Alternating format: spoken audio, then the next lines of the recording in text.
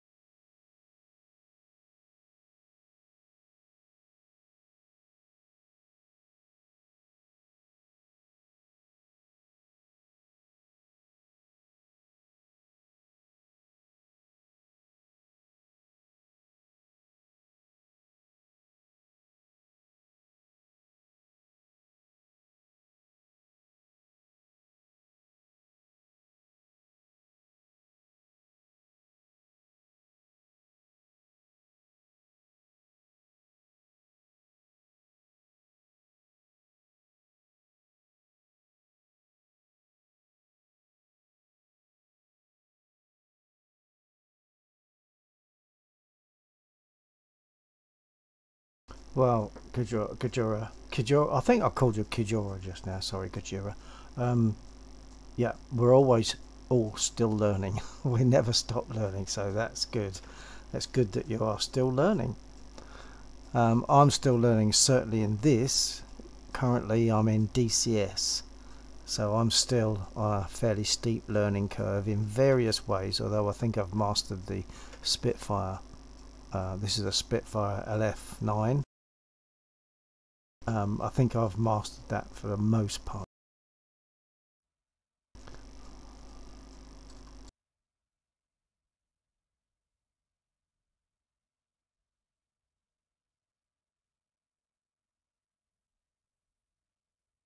I'm currently looking at some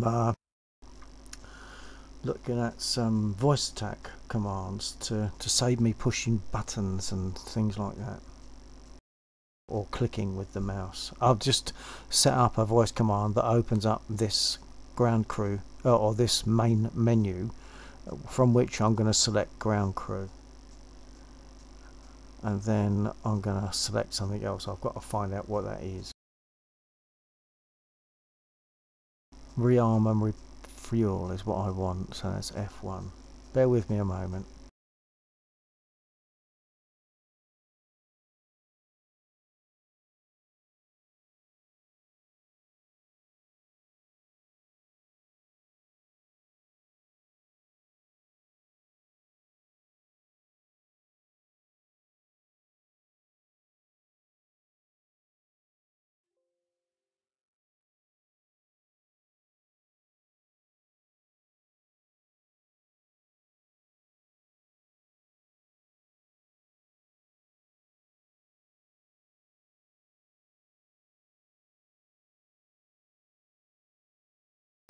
What I'll do for now, are you gonna, oh, you've gone. Have you gone? I'm seeing 0 viewers, but that sometimes happens even when people are still there.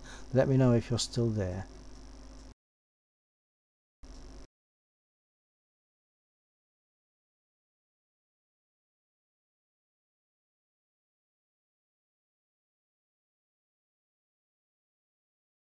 Okay, that's great. Thanks, Kajira. It's just that it shows 0 watching at the moment, even though you're there.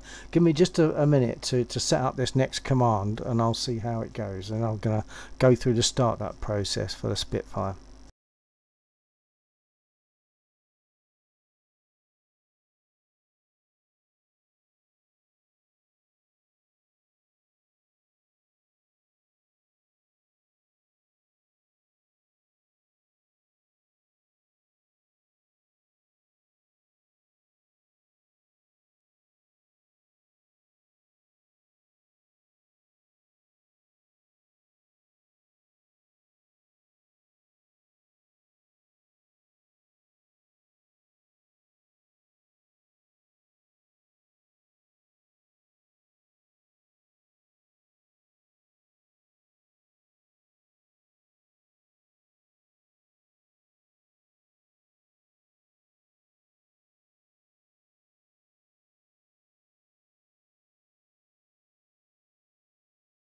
Okay, I think I'm ready to test that now, so I'm going to close this menu and I'm going to use voice attack to open it and then go to rearm and refuel.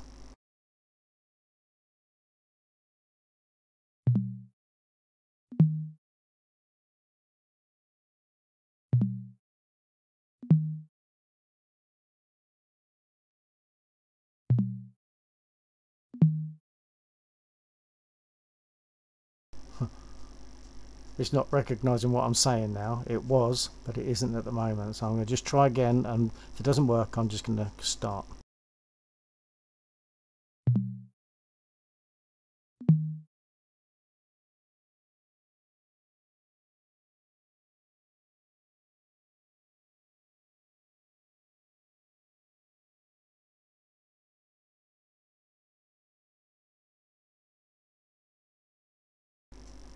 I was actually saying the wrong command. I'm going to do it again. Comms.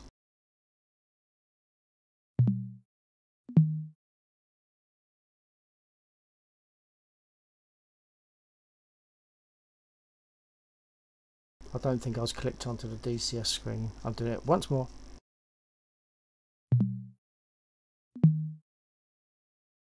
That's better. I've now got the menu, so now I'm going to say crew.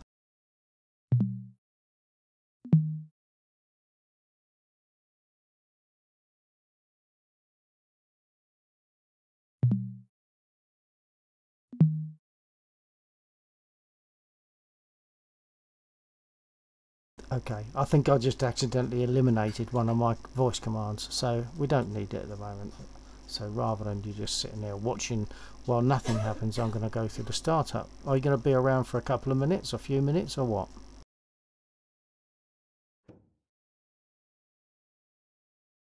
And I'll just talk through it as I do it, but when I want to click something or make something work, I have to stop transmitting, otherwise it prevents me from clicking that thing or making that thing work.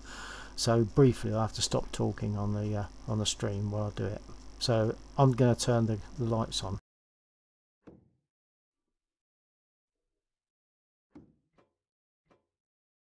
I also opened the covers for the starter and the booster. I'm now going to make my prop pitch fully fine, because it would have been fully coarse to start with. Oh, that would be very nice. If you're here for a long time, that would be really good, and hopefully you'll enjoy what we're seeing here. Right, so I've turned on my lights, I've opened these two covers, and I've put my prop pitch fully fine position. So now I'm going to turn on the fuel pump, which hopefully you'll hear, depends on the levels. Turn on the fuel pump and turn on the fuel cock, which is that little lever right in the middle of the screen now. So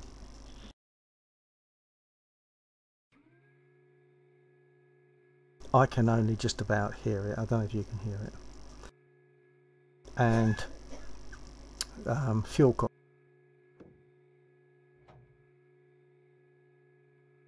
So fuel pump's on, fuel cock is open, and I'm going to now turn on the magnetos.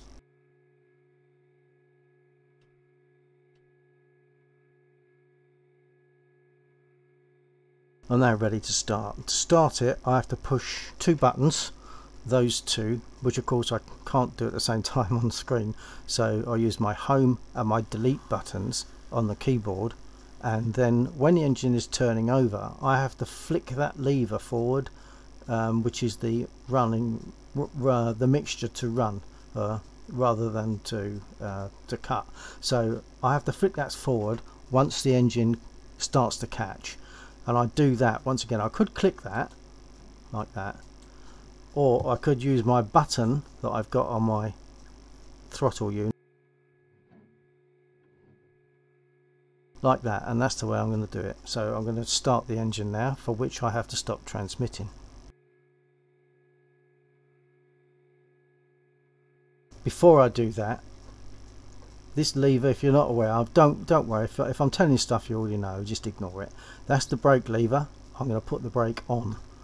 At the moment it's in the default position, and this lever, this slider, is fully forward, which means it should be on, but it won't be just at the moment. I'll put it back. Now it's fully back. Now the brake is fully on. Now I can start the engine. After I've primed it. That's because I'm talking, you see. I forget to do things when I'm talking about it. I'll prime the engine.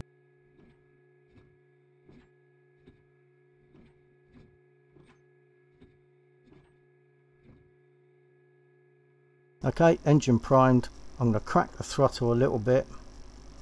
Not too much, just about there. Now I can start.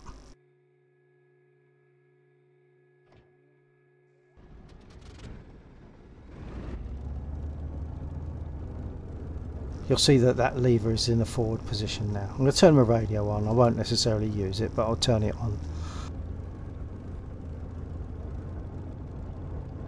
Now I need to taxi to the runway, which is sort of over that way direction. So I'm going to go along the runway, turn left, and then turn right onto the runway. But before I do that, I'm going to set my altimeter.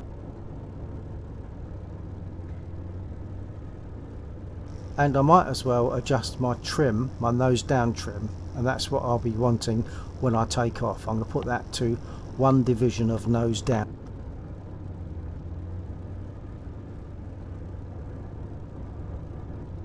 It moves kind of slowly.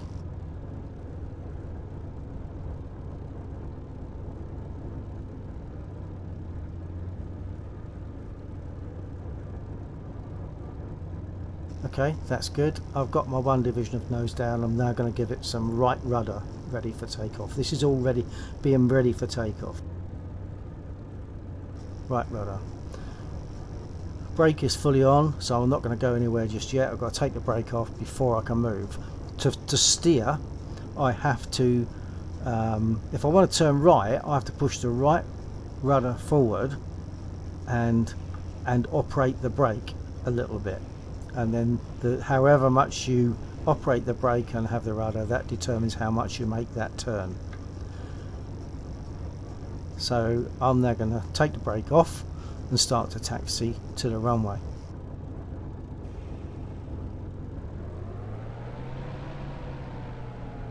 It's very uncomfortable to do. Chevy 11, Marduk, clear to taxi to runway 8.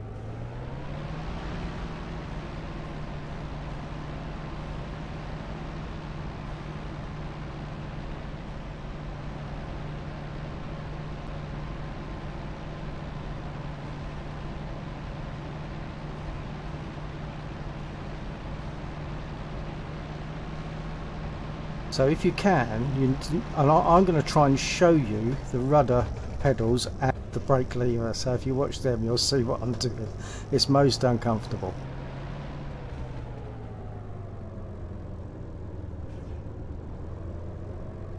You don't need much throttle.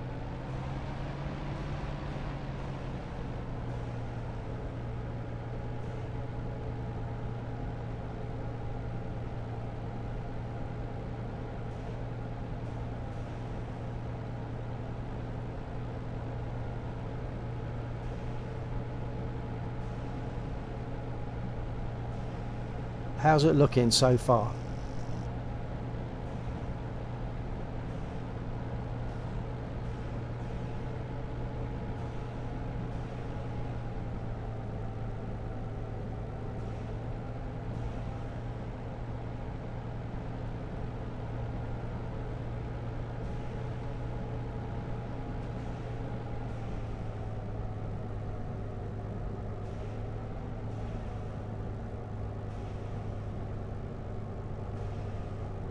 Chevy 11, unable to clear for takeoff. Chevy 11, Marduk, you are cleared for takeoff when ready. Climb 300 at QFE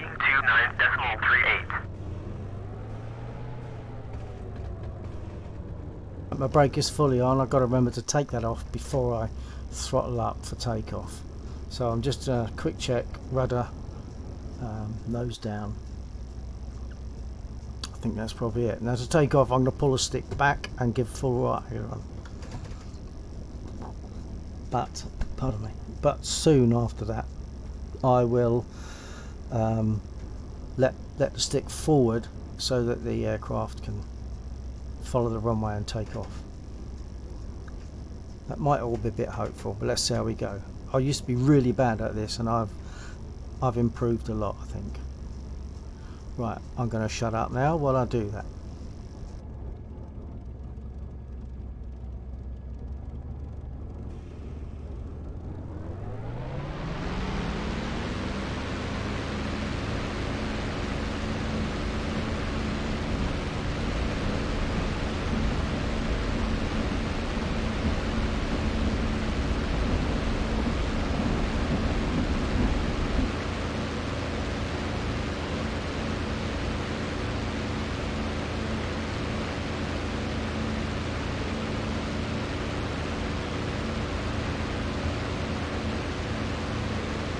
I now have to readjust my trim nose down so that it's actually about 1 degree nose up.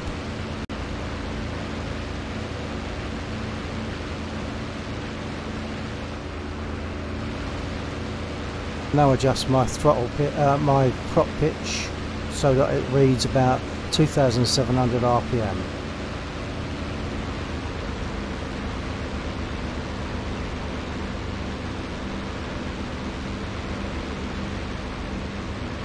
It's a lovely flight sim. It really is good. I'm also going to close my cockpit.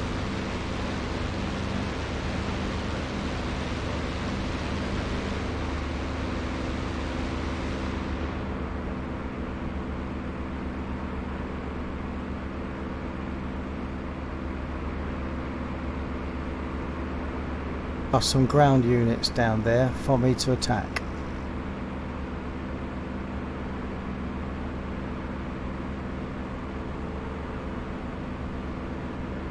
Sight on.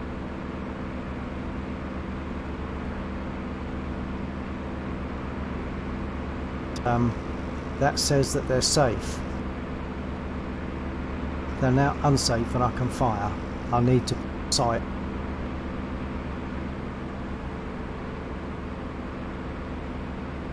I'm going to go for one of these oil. It might, on the first time I fire, it tends to take a lot of resource from the computer.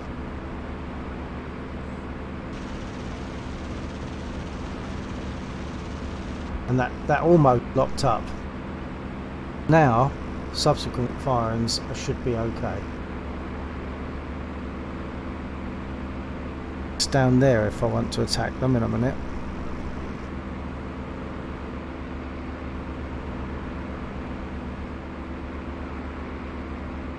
I should now be able to fire at those tankers, fuel tankers, without any issues with the computer. Now that I've fired the guns once, the computer's kind of got through that little hiccup, I think.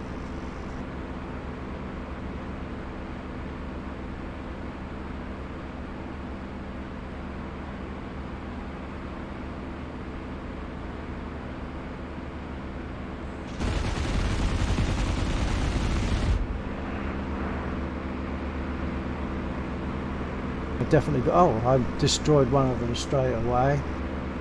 I suspect there's others that will be in flames. There's 3 of them in flames, so there will be 3 destroyed after a little while.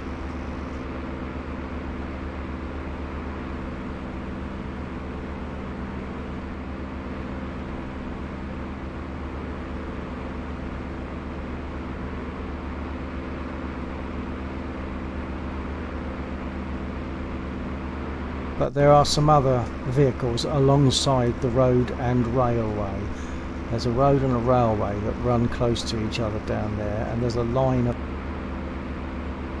sort.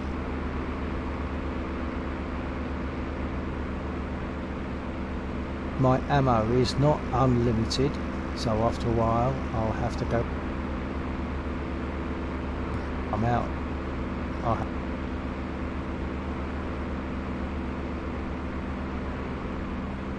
Notice there's no heads up display on this.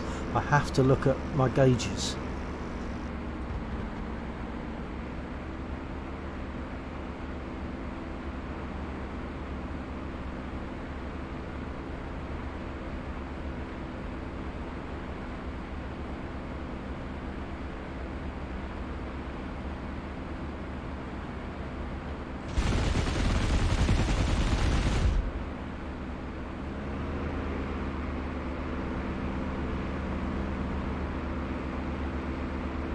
Got at least a couple of those trucks. The rest have dispersed now. They'll just move about out of line, that's all. And when I hit them again, they might move yet again. I can't remember. The tankers down there that you see burning, they don't move at all. They are just parked across the road.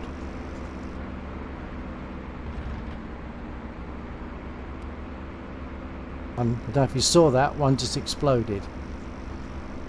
That's a nice touch.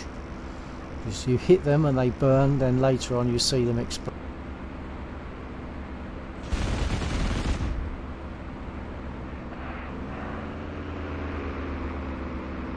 I'll try and keep an eye.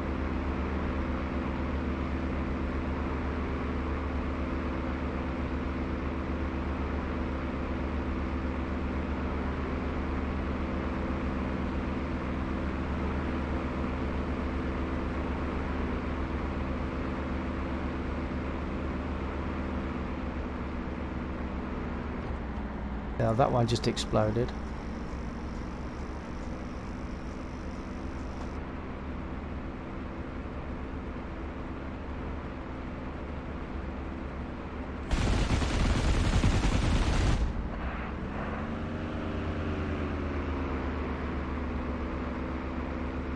Got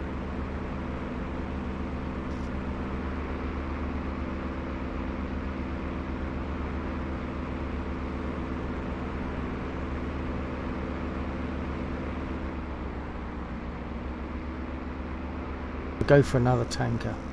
You can shoot the trains as well, but if you shoot the train too close to this area,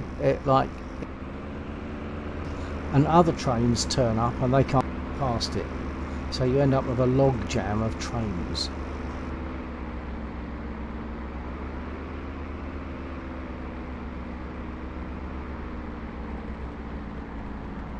Right, so I'm going to go for a tanker.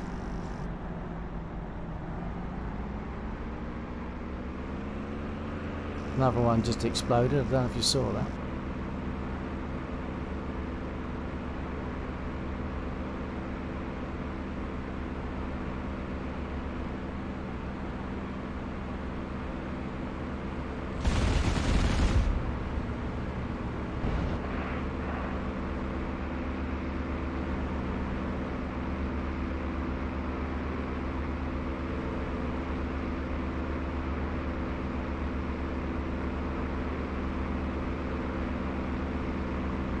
Now another truck.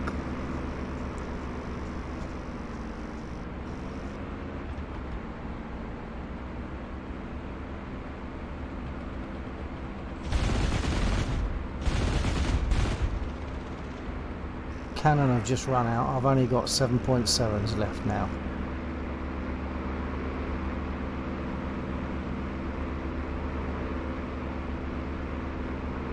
I think be able to destroy one of the tankers with 7.7s, so I'm going to give that a try, then I'll return to base and reload.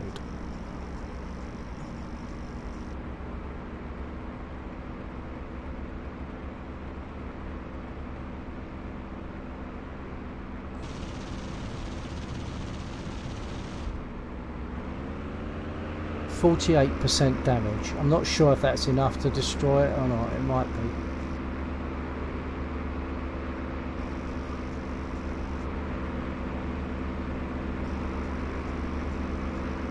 Bang.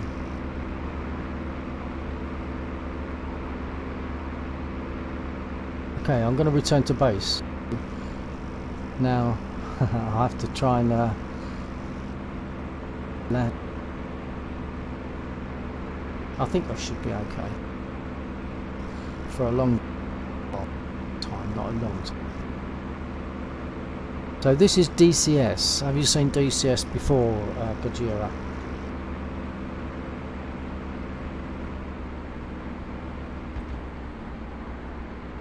I have to put my prop pitch fully forward for landing.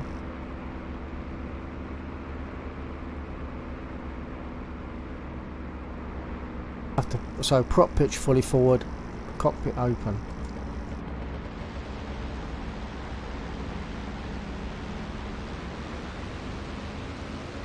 I next have to put my gear down and then my flaps.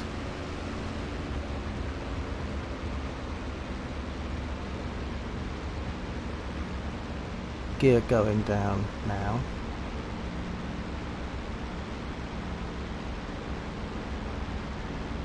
Gear indicator light was now changed to down. I'm going to drop my flaps.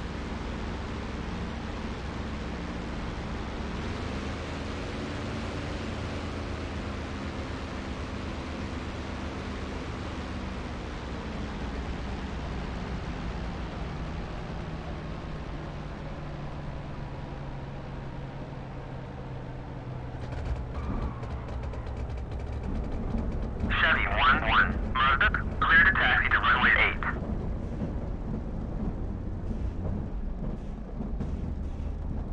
And I have to use my brake when I land. I'm using my brake to control my direction, because as you go slower, obviously the rudder has less effect because there's not a lot of air movement across the rudder.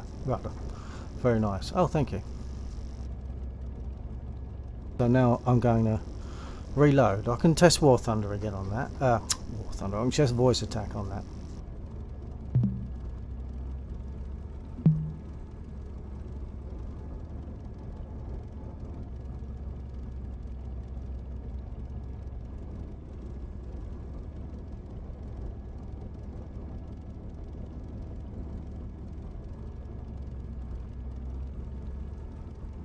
I'm okay for fuel. I could take bombs. I will take bombs on this occasion. I'm not sure if you're still there. It's showing 0 watching again.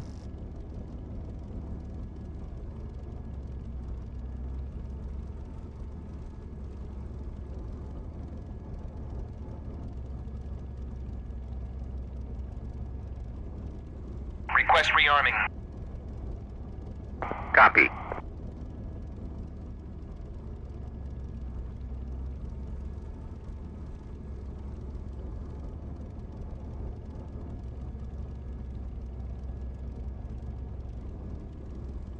Should now tell me when I've been rearmed, and this time I'll be carrying bombs.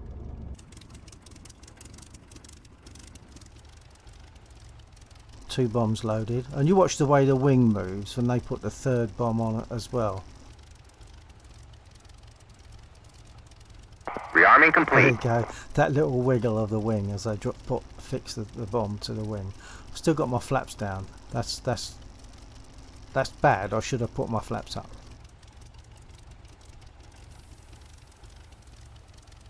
There they go. Jump back in the cockpit. Adjust my trim for one division of nose down.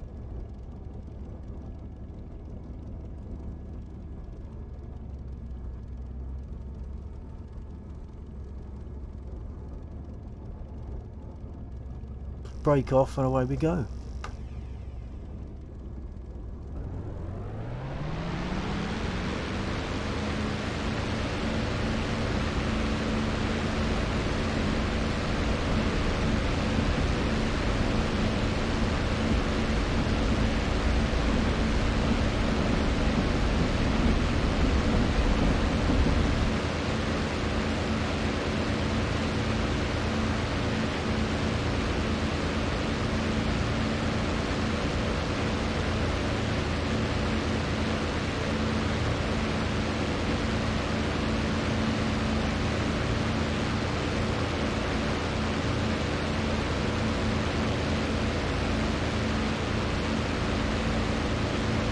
Pitch to where it was before.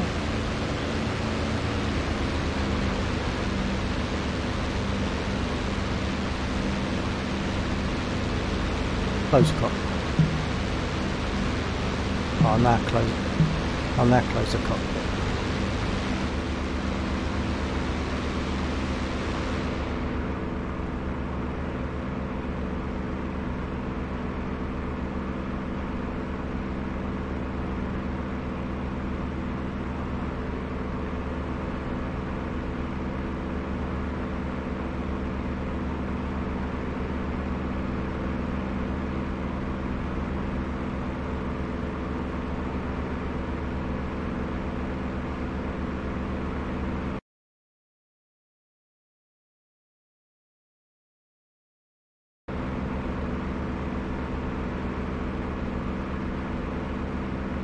And of course in DCS, when you go to the map, you're still flying, but you can't control the aircraft, so you have to be careful of that. Right, there's two objects in a field that's about level with my sight. I'm just going to get them into the centre of my sight so you can see the ones I'm talking about, and I'm going to go for the white building, which explodes quite nicely and gives a fairly continuous little firework display.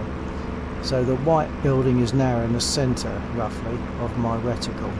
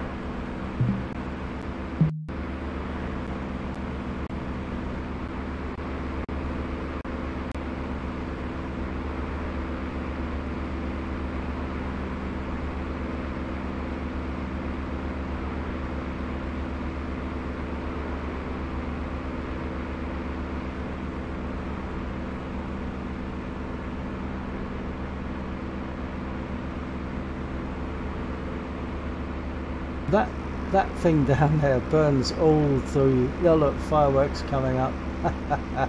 Obviously ammunition in there. I'm just going to fly over it to take a look. Carries on pretty much all the time.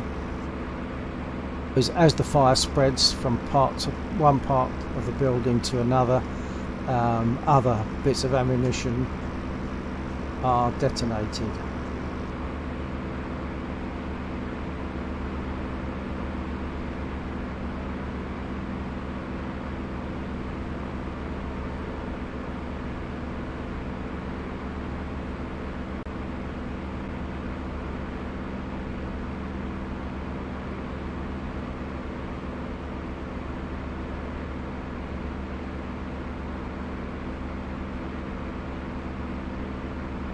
It looks as though it's going out, but it isn't. It'll explode again. There's another little explosion there. It'll carry on doing that all the time. It's rather good.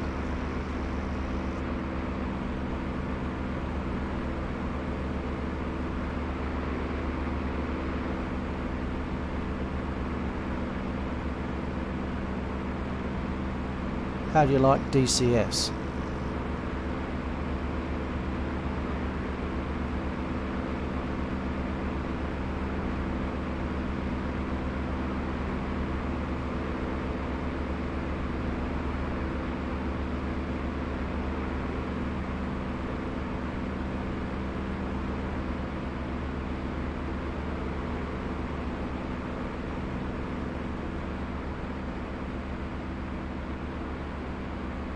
when I hit these units once again, they will scatter.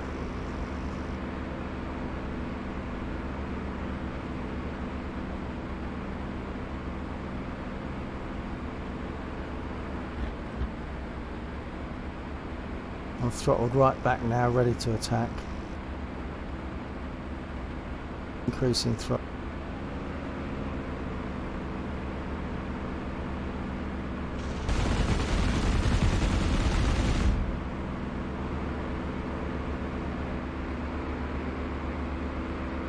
Oh, I did.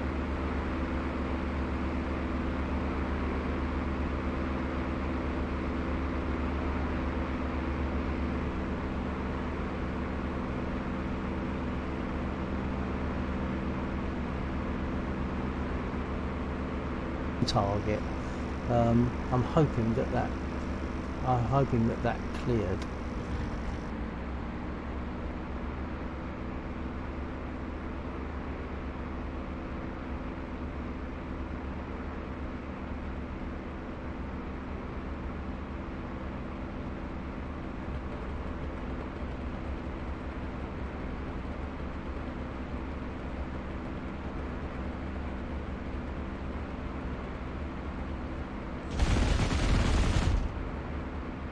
That one will go because it's 73% damaged.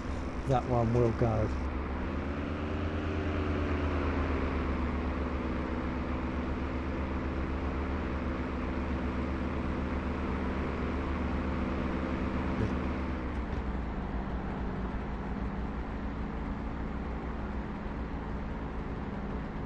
And there are some units on the map that shoot back at me.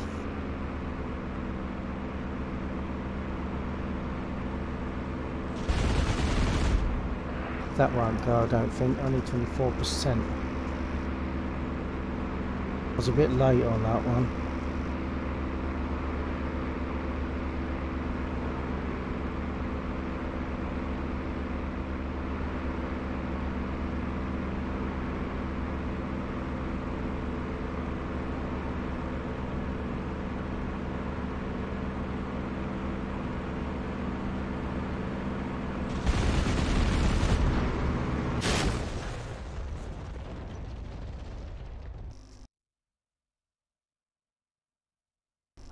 .109s, oddly coloured because they are put in as insurgent type aircraft, so they're oddly coloured, but they are 109s.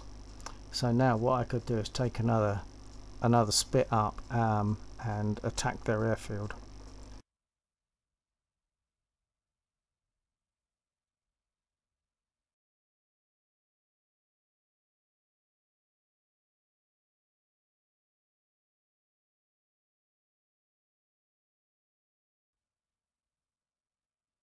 I won't need to explain everything I'm doing now on this occasion.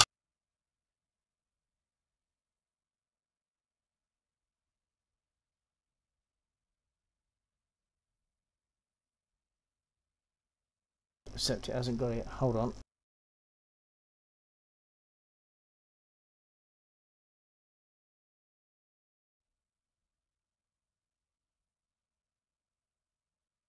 It should be going there.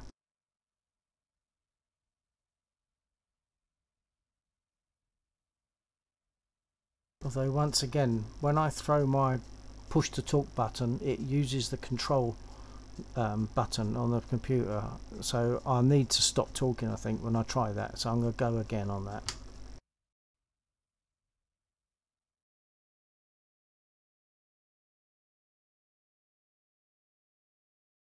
And I'll stop talking whilst it loads.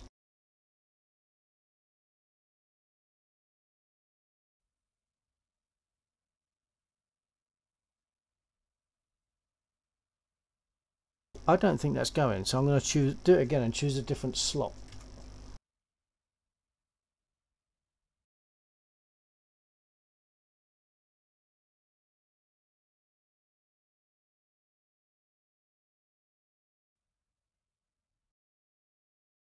That's better.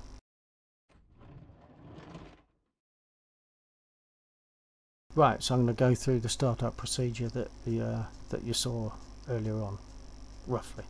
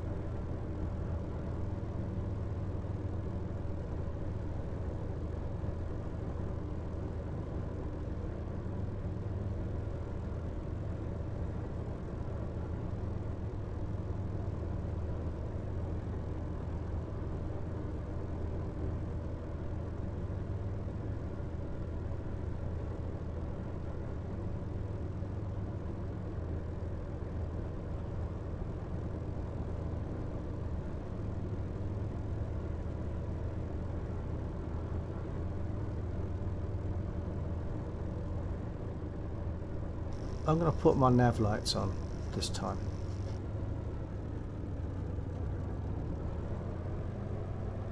There we are. Right, now the uncomfortable task of taxiing.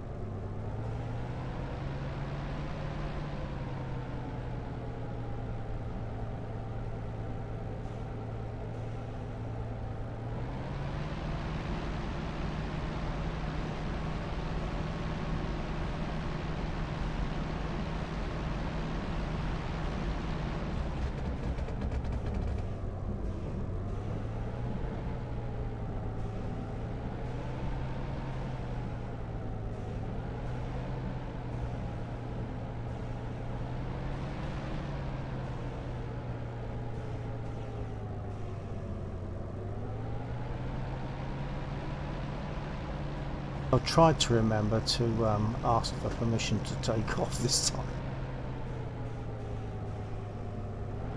I shouldn't talk when I'm taxiing, I really shouldn't.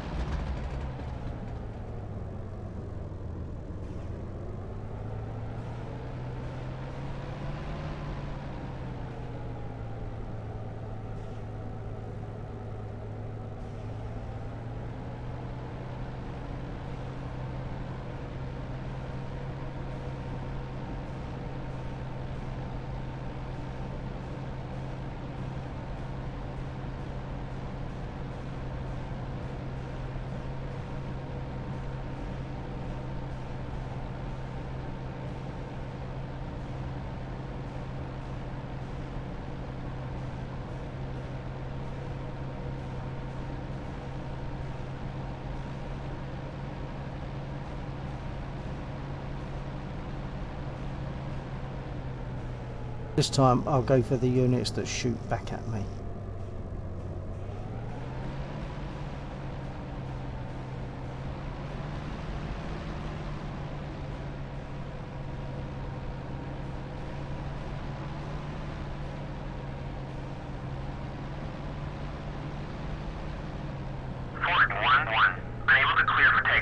I didn't ask for takeoff, did I?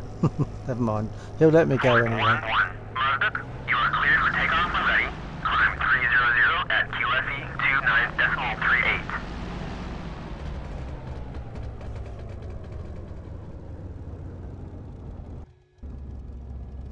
29.38. Okay, a few checks before I go.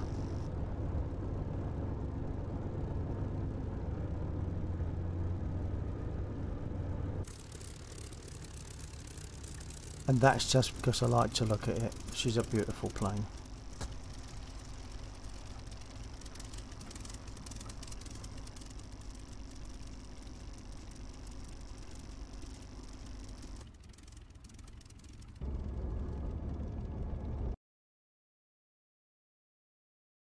Right, now my arrow, my cursor is over on the right. That's the bunch of units that will shoot back at me. That's where I'm going.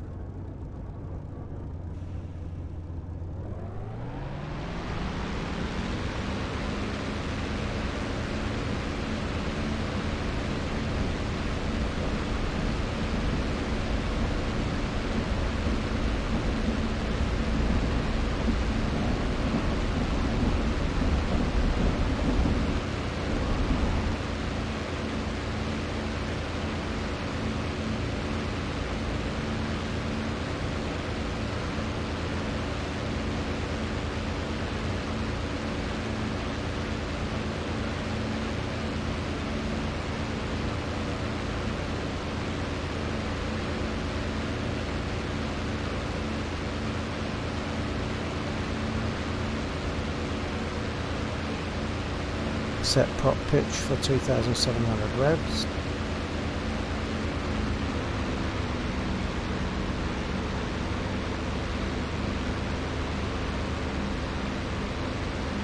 Close cockpit.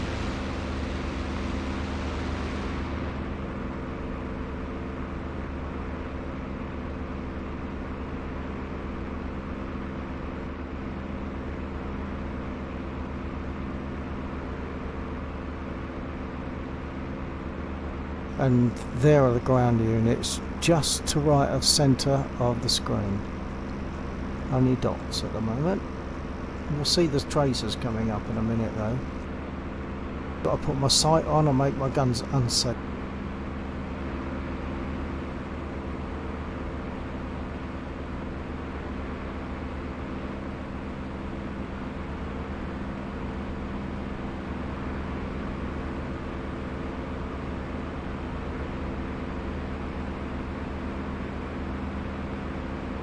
There come the tracers.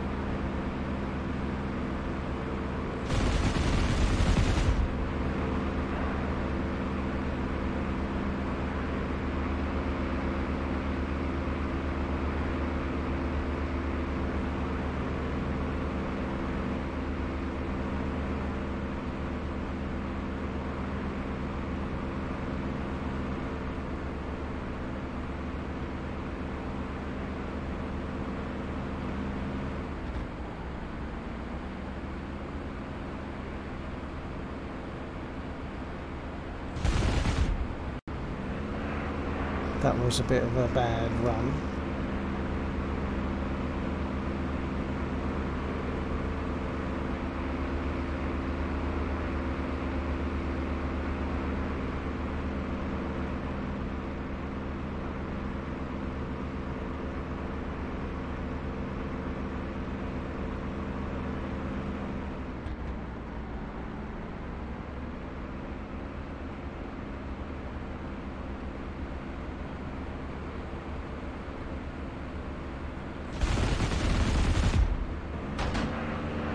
Oop, I just took a couple of hits.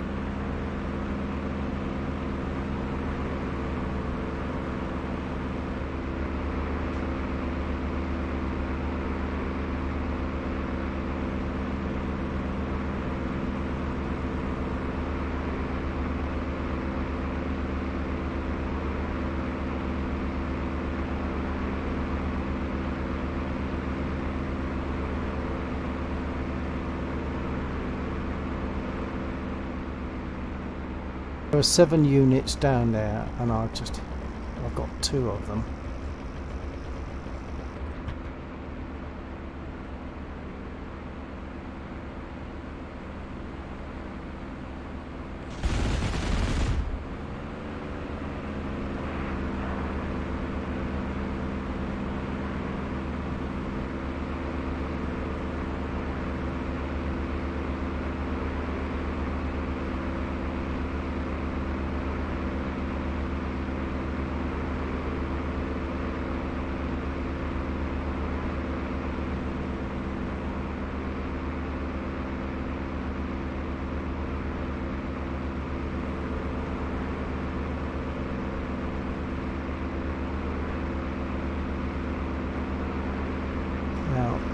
I'm going to try to go for one and then the one behind it, if I can line myself up.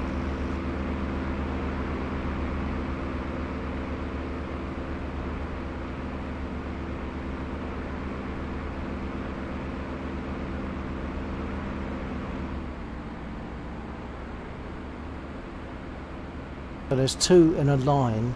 One on the other side of the road, one shooting at me, one on the other side of the road.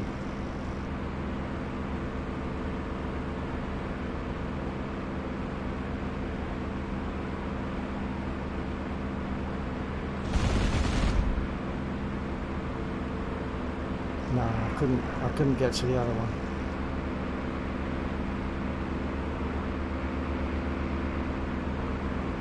Sure if that... Yeah, my previous message should have come through. It's okay.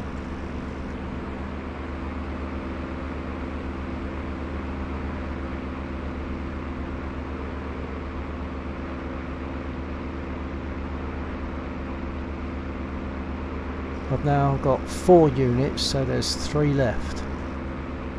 Have I got enough ammo to do it?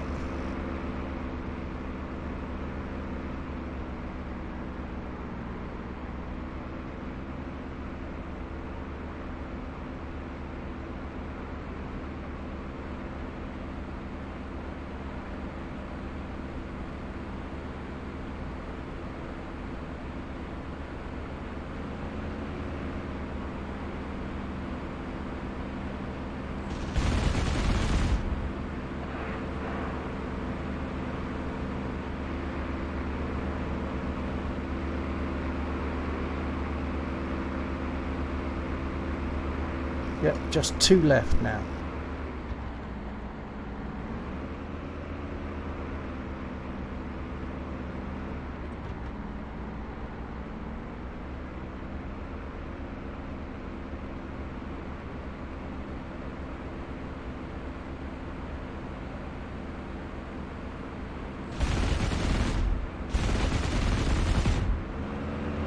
And the second one I missed completely.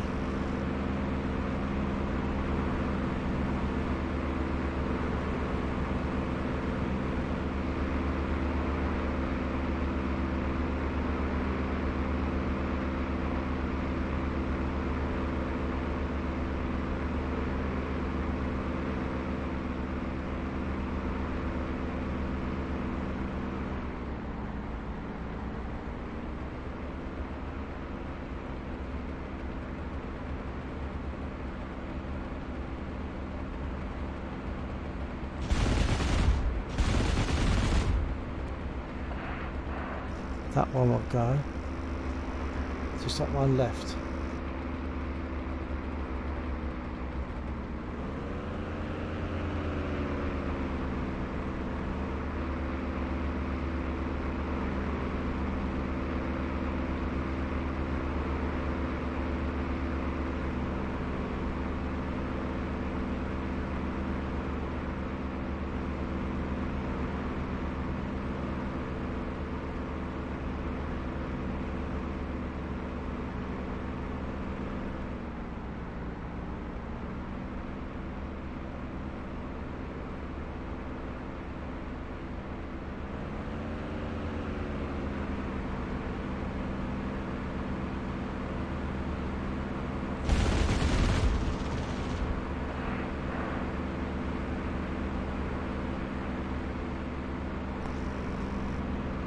I can't remember if I put bombs on or not, or whether it replenished the bombs. No, I don't think it will have done.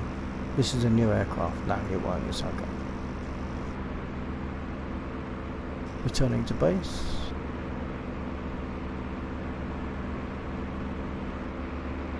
Successful little sortie.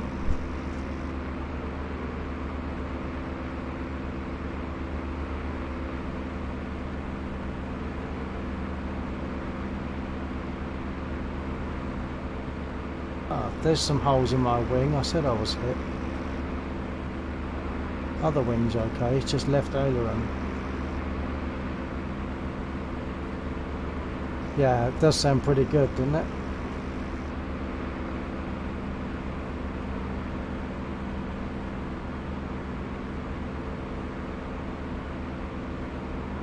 So let's see if I can make another successful landing.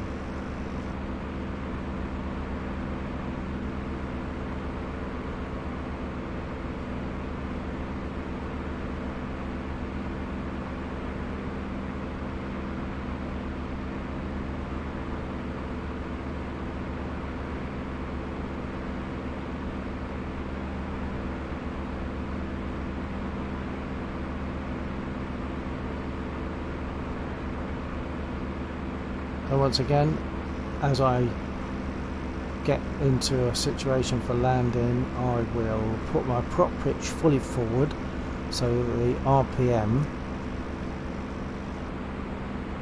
just there, go to 3000, and I will open my cockpit.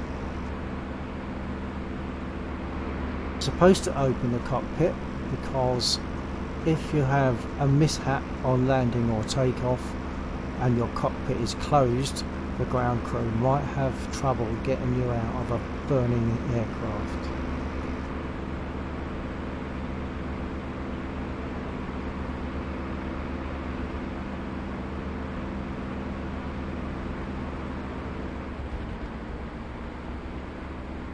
Prop pitch then.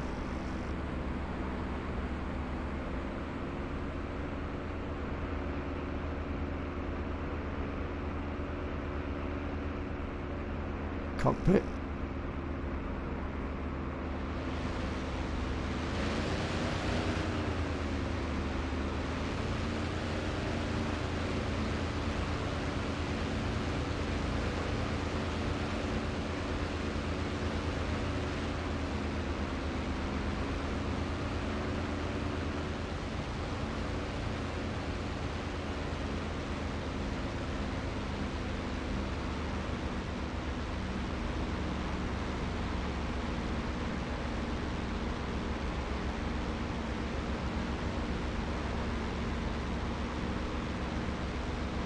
Next is gear down, not yet though.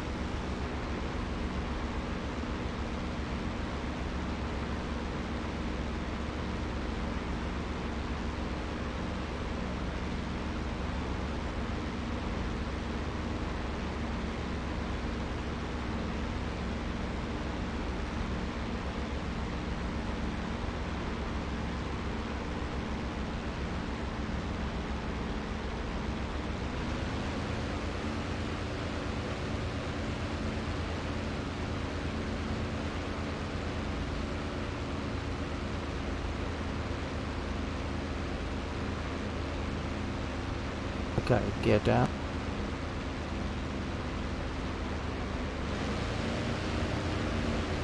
Flat.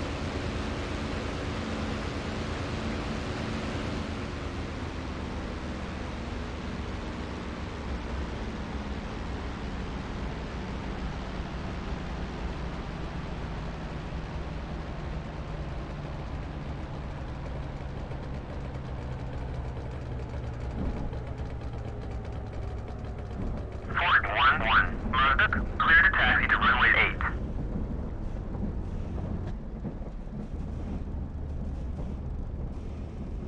Fort 1-1, taxi to parking area. I won't be taxiing because I'm going to reload and go for their airfield.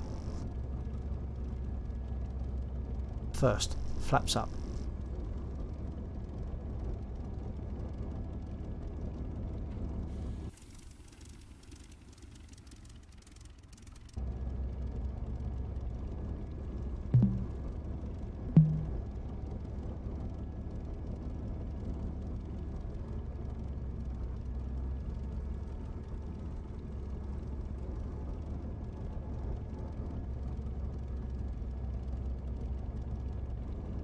I'm not going to take bombs, I'm going to strafe the airfield.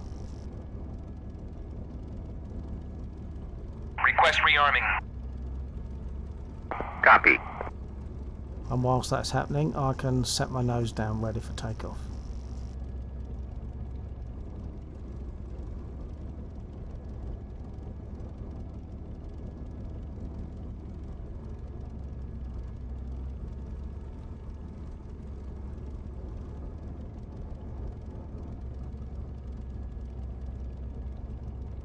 And the other way that I could set my nose down on my rudder is by actually grabbing these wheels and moving them like that.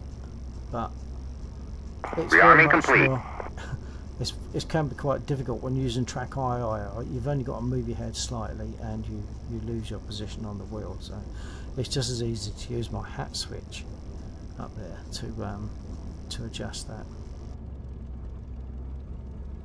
I think I'm ready to go. Brake off.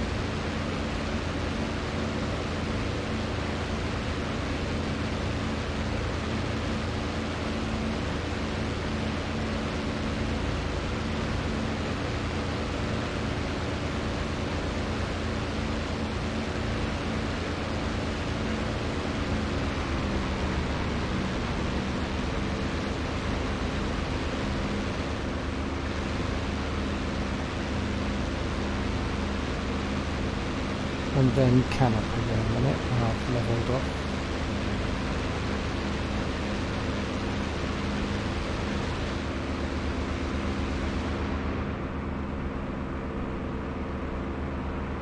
I'll look at the map now to see.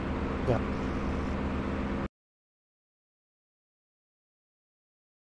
Over on the left hand side of the screen.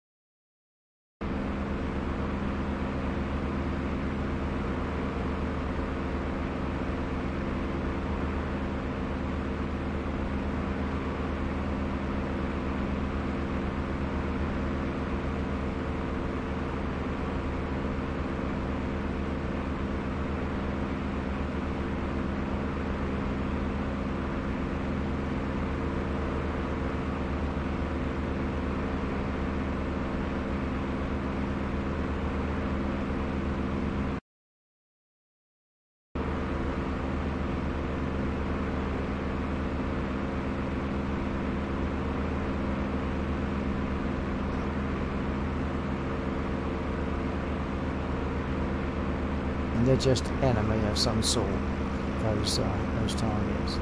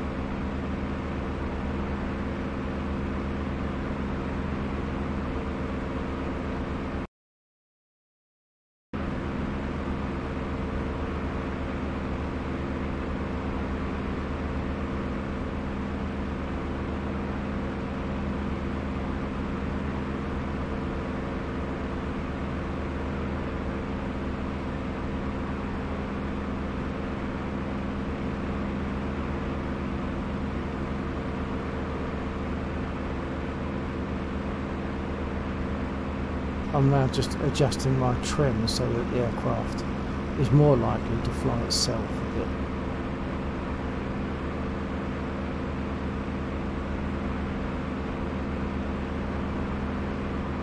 So it's a bit of nose down and a bit of rudder. Oh, perhaps I haven't got enough rudder.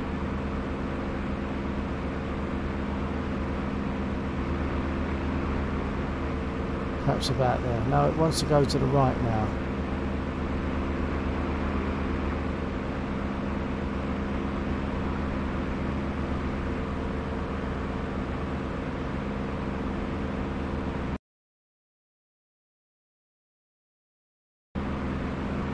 Okay, we're on our way, but we're a bit of a distance, so we've covered about a quarter of the distance, if that.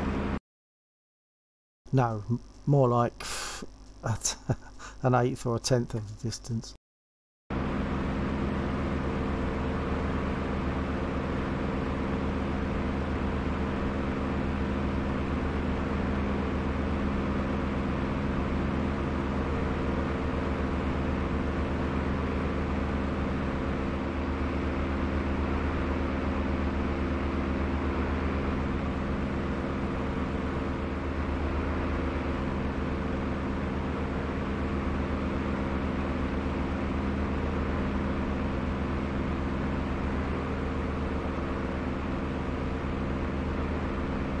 Strayed off course a little bit, so I'll pull it back round. I don't think I'm going to see the airfield for a little while.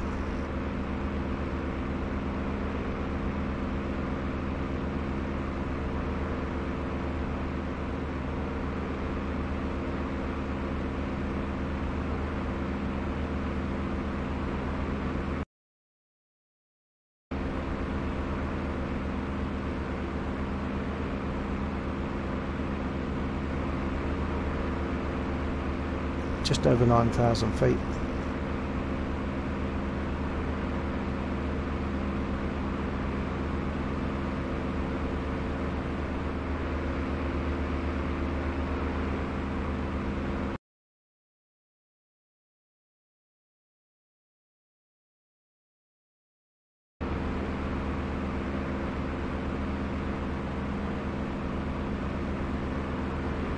I reckon that just there that I'm circling, I think that's probably the lake.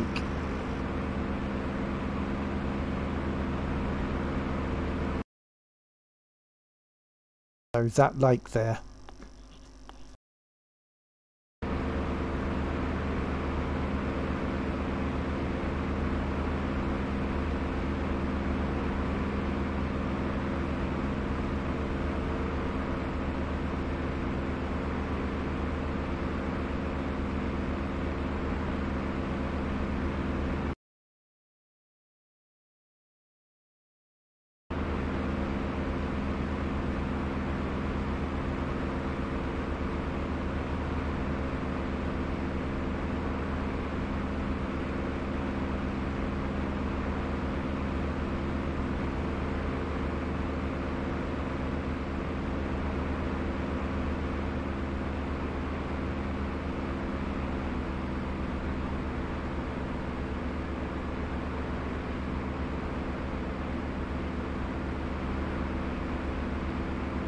I'm at 11,000 feet, so maybe I'll be seeing the airfield soonish.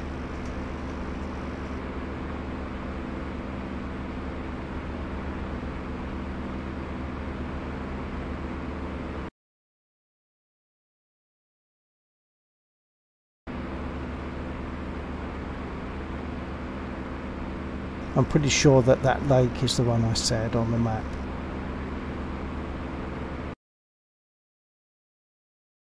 So that one there, we are here.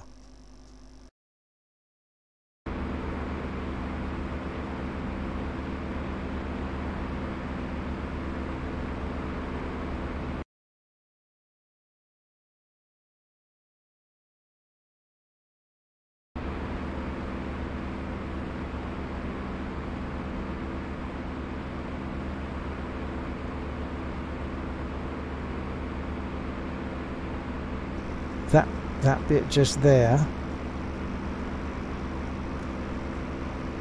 I've just seen that on the map,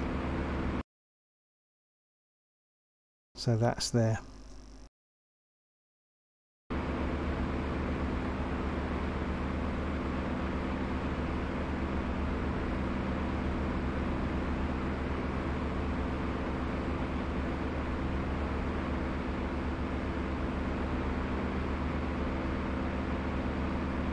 Actually, I should have repaired, shouldn't I? Because look, I took that damage from the ground units that were shooting at me, and when I landed and reloaded, I didn't repair.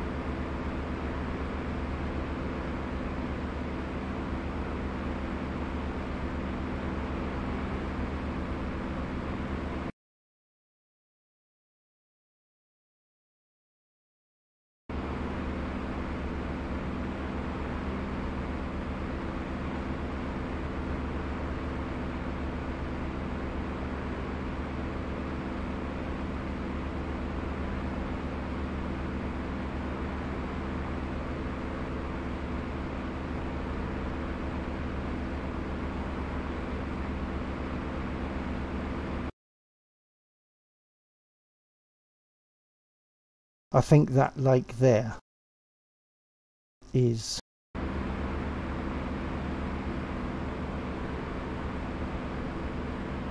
that lake there, so I'm off course. I'll need to go over this way.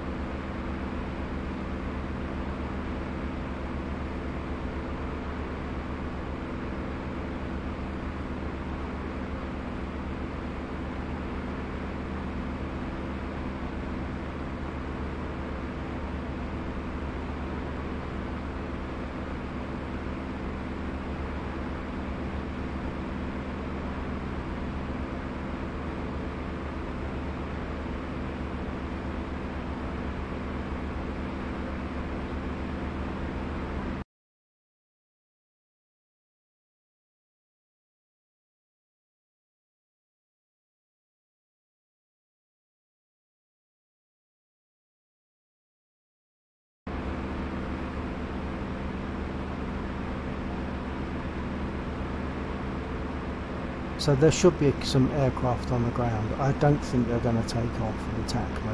I think they're going to be a soft target.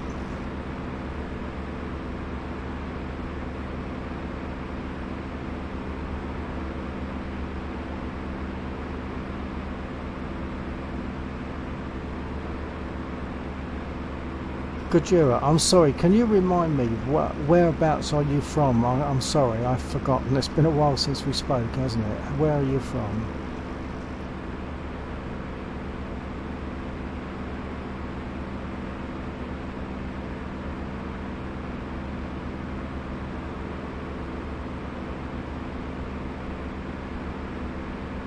Florida, yes, of course, I remember now.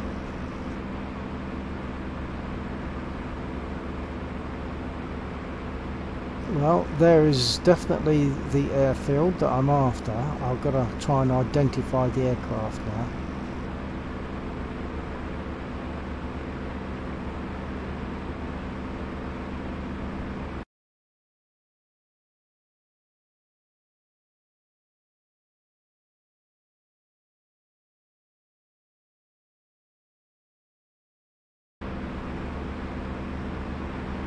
Right, they're at the end of that parking strip that's just to the left of their runway.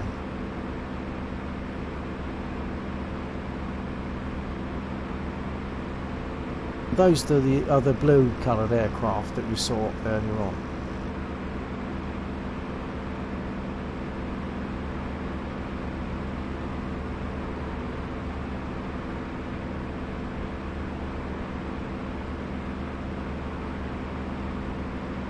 I think I'm just seeing aircraft now before you get to the grassed area beyond the parking area, so I'll try and get it in my sight.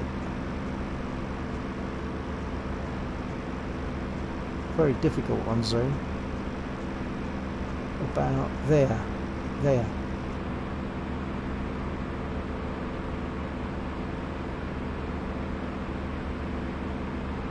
I think the airfield has got anti-aircraft though, so I might not make it.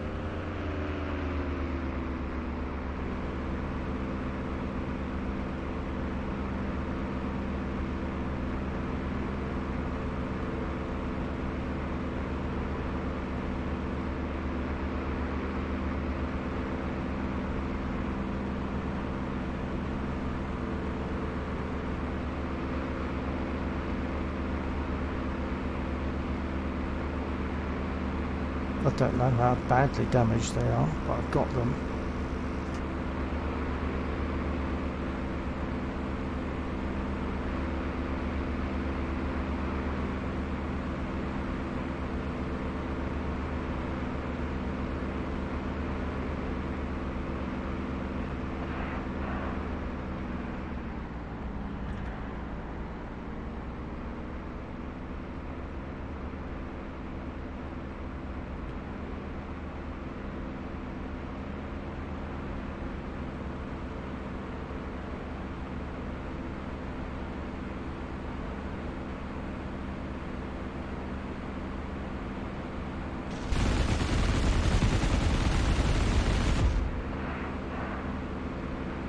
Only says damaged, it doesn't say destroyed.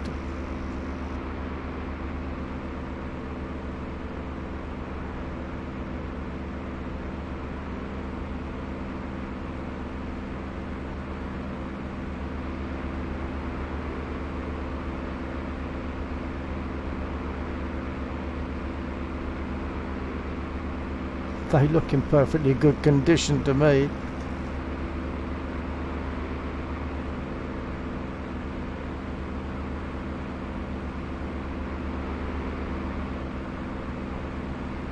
I'll zoom in this time, take a look.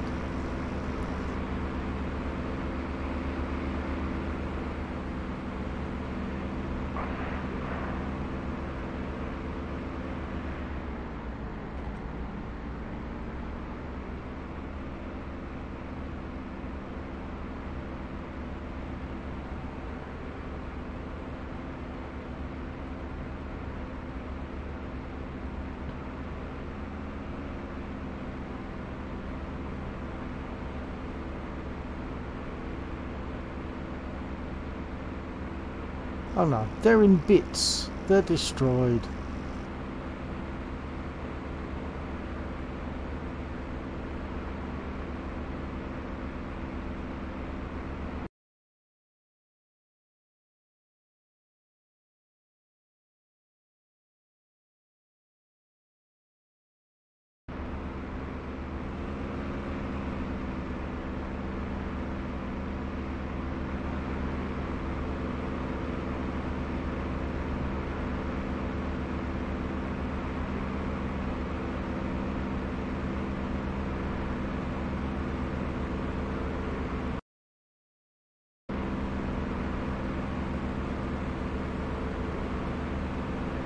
find those other units now if I can.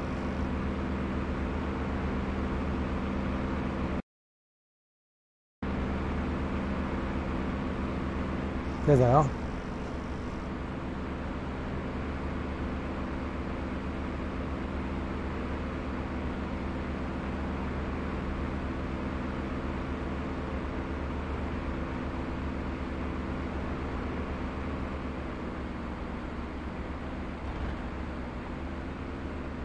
Oh, and they are shooting at me.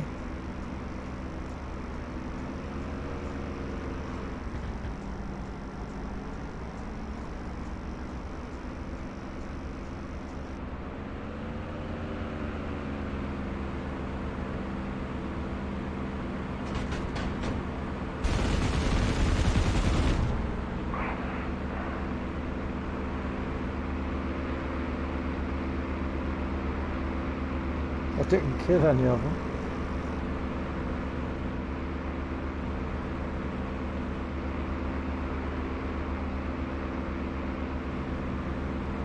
I'm sure they're going to get me though, because there's enough of them and they're all shooting at me when I go in. But that says with the flight back, yeah?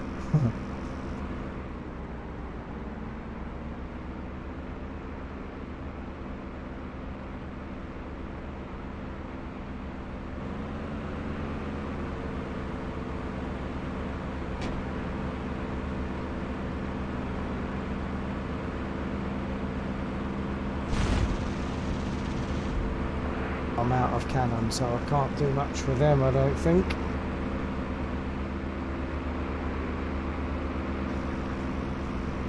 I kind of hope they shoot me down, really.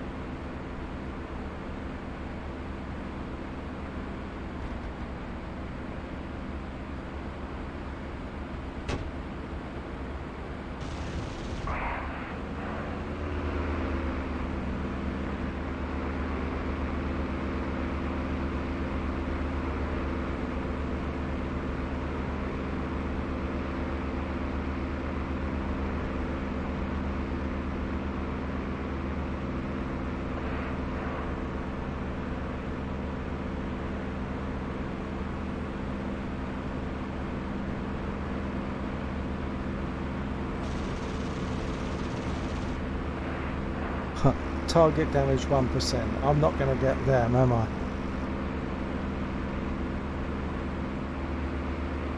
And I'm probably going to run out of ammo very soon. I might have to ram them. Or just land in the field and take a look at them.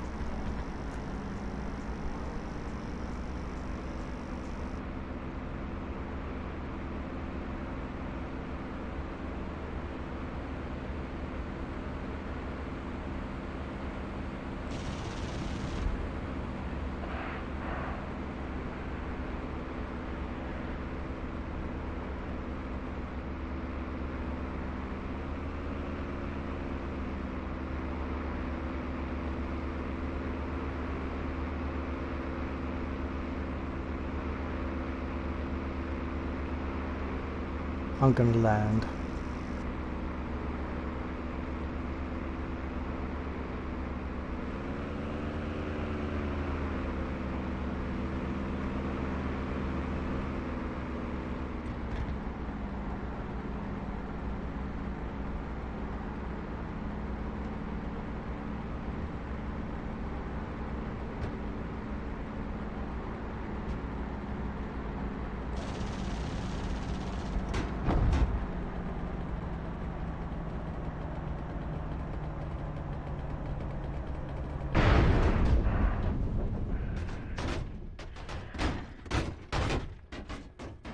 Oh, they're going to have a field day with me, aren't they?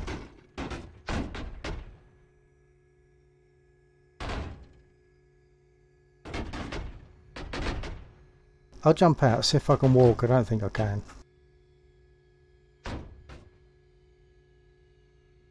It's not going to let me jump out, I don't think.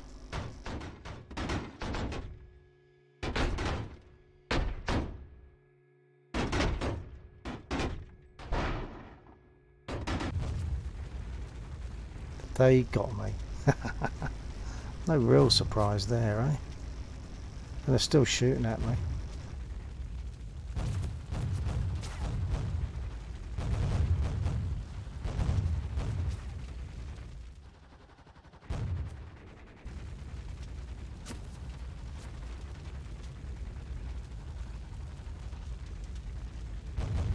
I think my pilot's not very well. Yeah, every likelihood they're Russian. I wouldn't know. I think it's time for me to choose a new aircraft slot.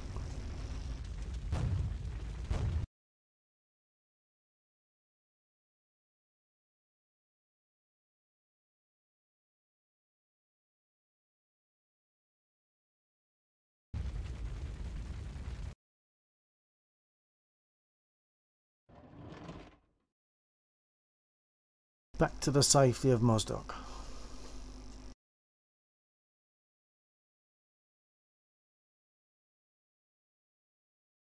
Start-up sequence again.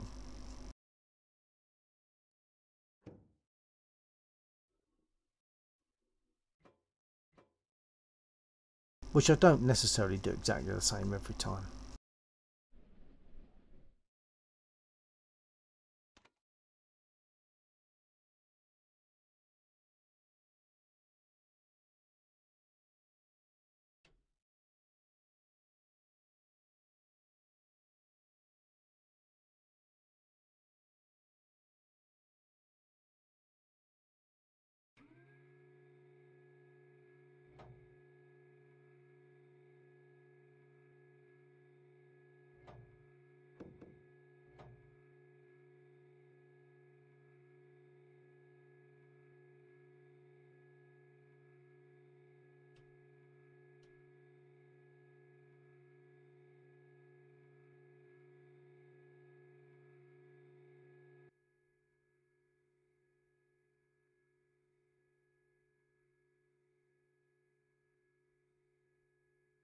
She's a beauty.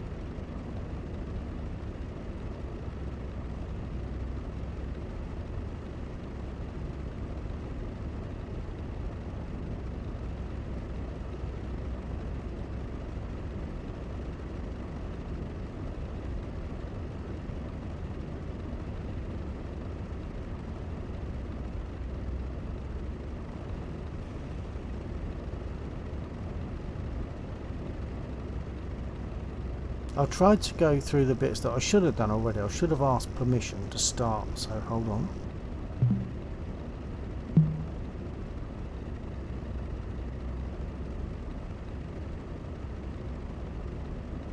Mazda, Chevy, 1-1, request startup. Chevy, 1-1, Mazda, cleared for startup, wind 156, at 2 meters per second.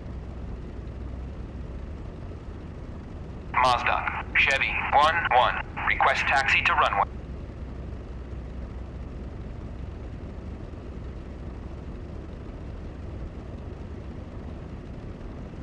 Chevy, 1-1, Mazda, cleared a taxi to runway 8.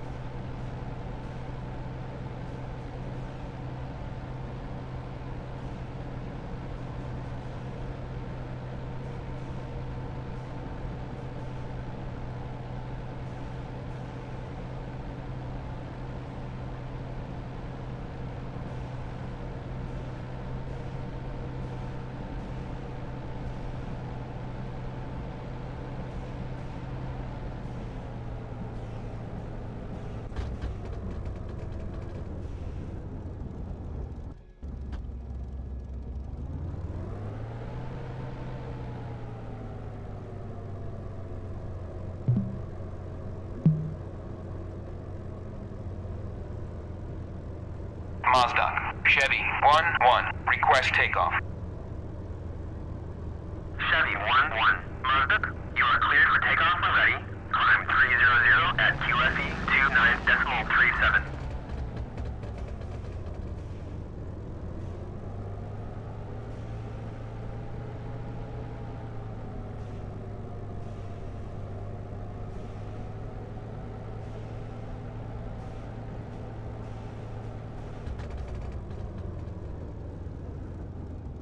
So just to explain that again with the taxiing, this slider is my brake, and I have to, when I apply that brake, it'll affect the wheel corresponding to my current set rudder.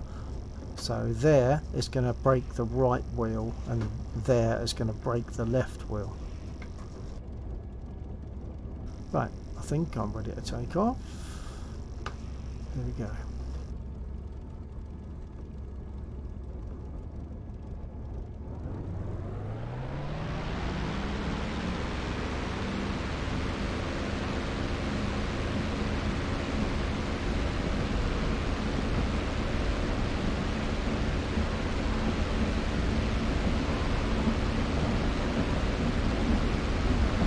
Didn't have enough throttle.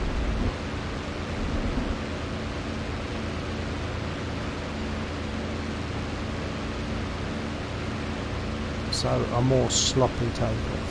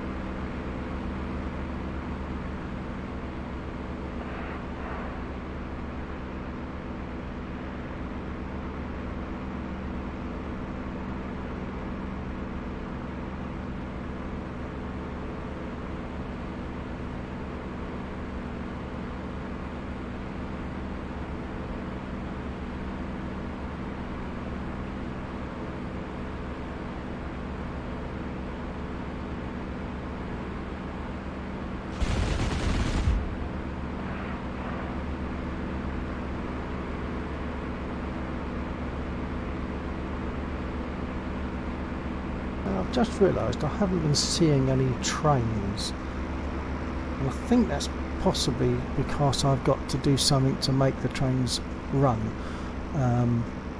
This is actually a map, a mission map that Laxor, who I fly with often, supplied for me, and there were a couple of things that didn't carry across from his version to mine, and one of those things seems to be that the trains don't run on mine at the moment.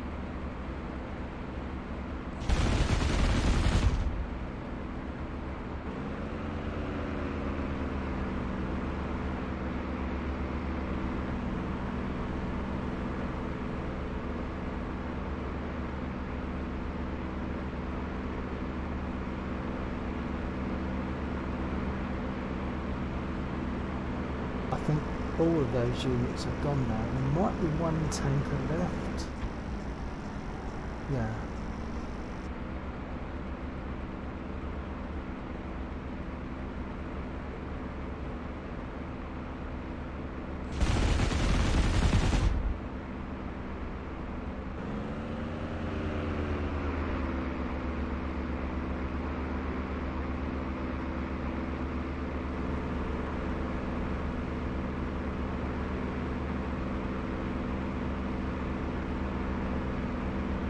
All units are destroyed in this area now.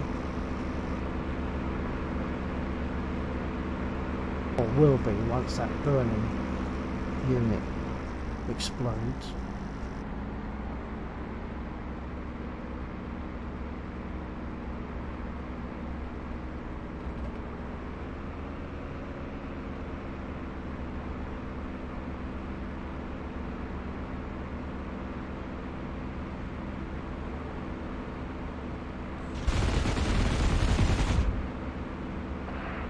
Or only 20%.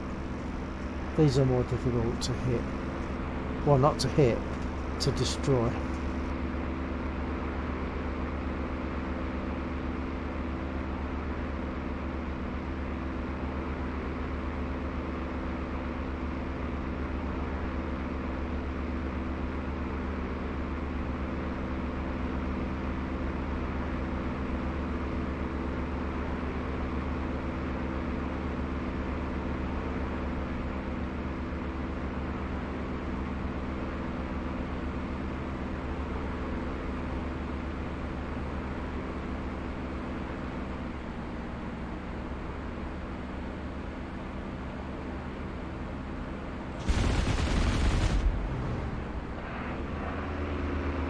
That was a bit close.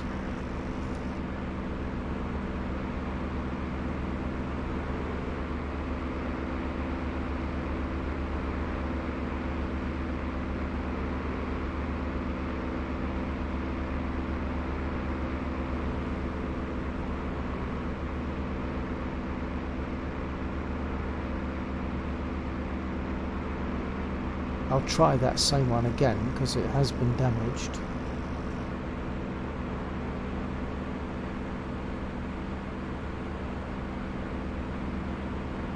There's trees just beyond it.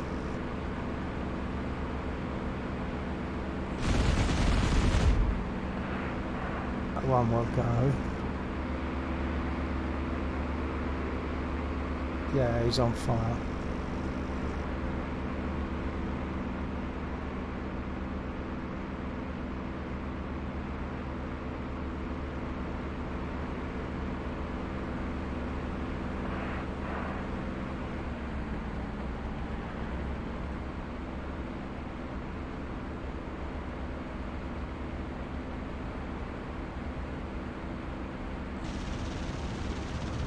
Oh, my cannon are gone.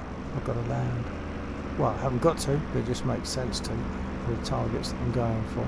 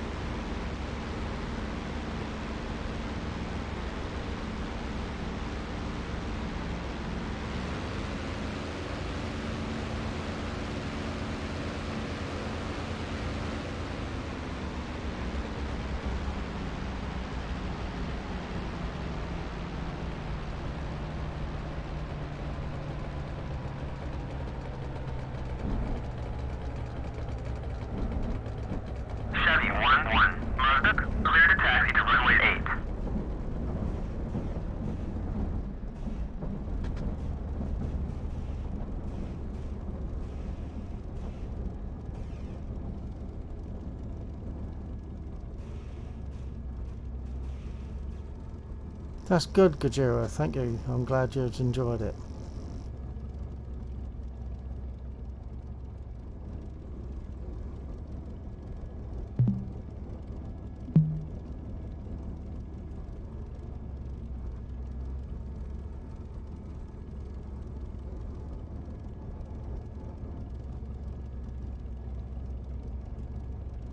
Request rearming. Copy.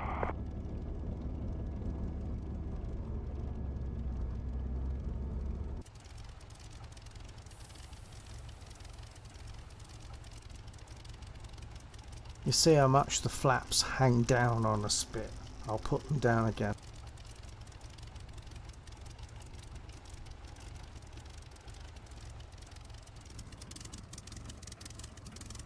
I mean, look at that. That's not just flaps, that's air brakes as well, isn't it? I mean, you've got to be careful using your flaps on a Spitfire. Rearming complete.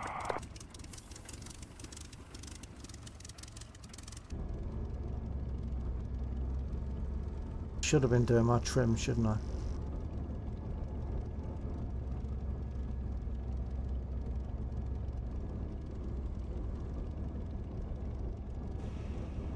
Okay, here we go. Well, straighten up first, perhaps.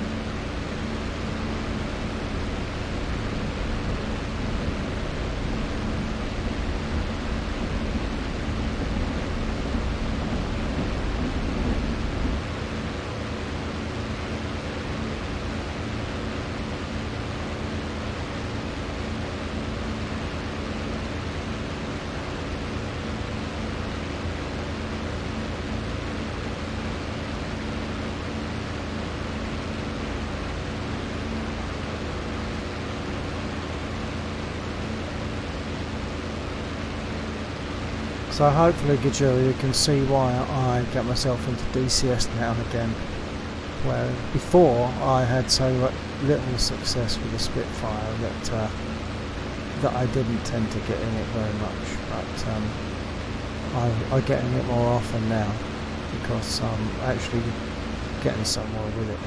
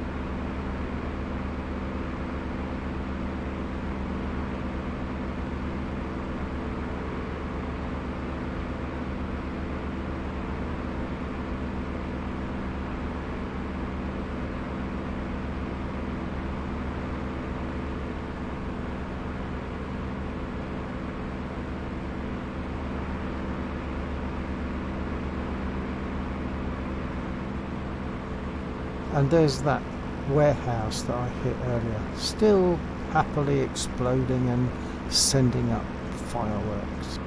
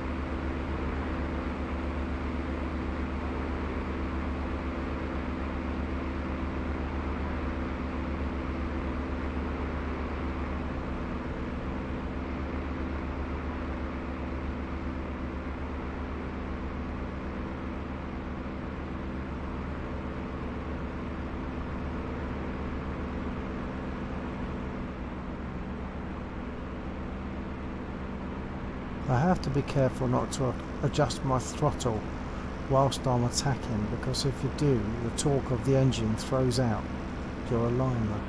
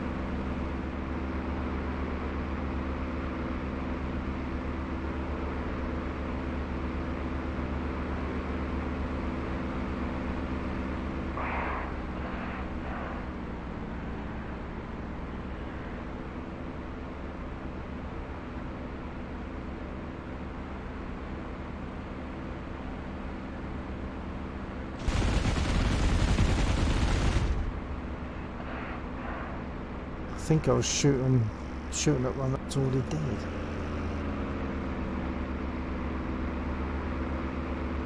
Well, it doesn't look dead. Perhaps I just completely missed, which isn't quite normal for me.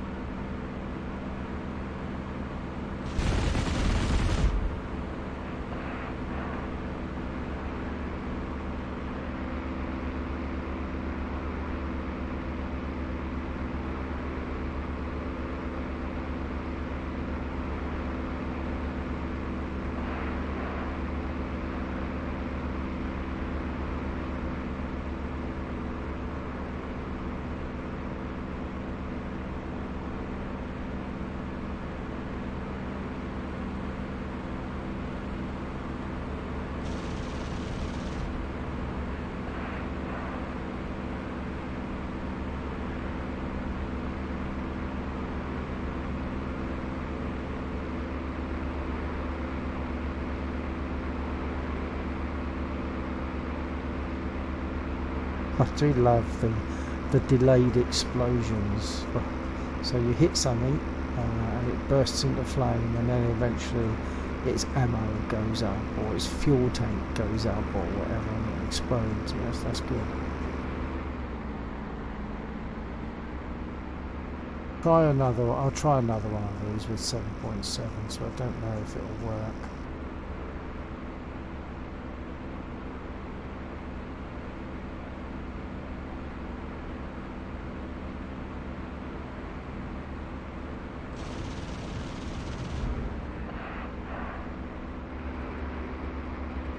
Well, it's 72% damage, but that might be one that I previously hit. Oh, cuckoo time! Previously hit with my 20mm.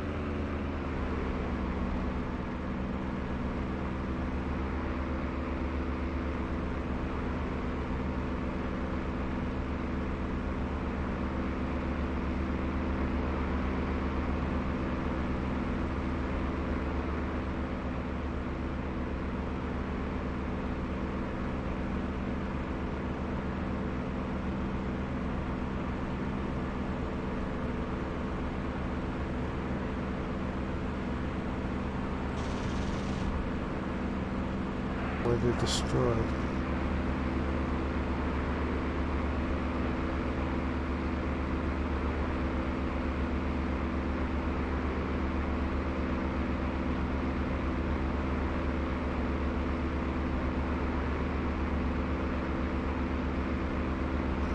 Yeah, the cuckoo clock is there. It's a world famous cuckoo clock now.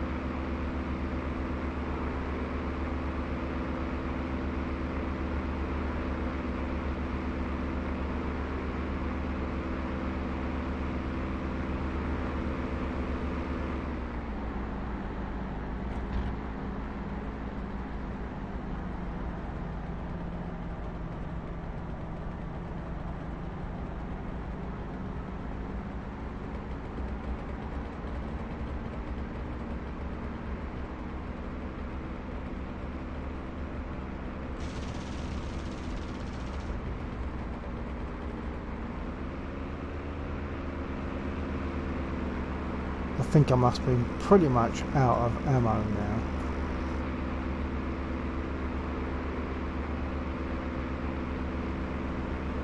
So I'll go back to base, reload, possibly refuel now.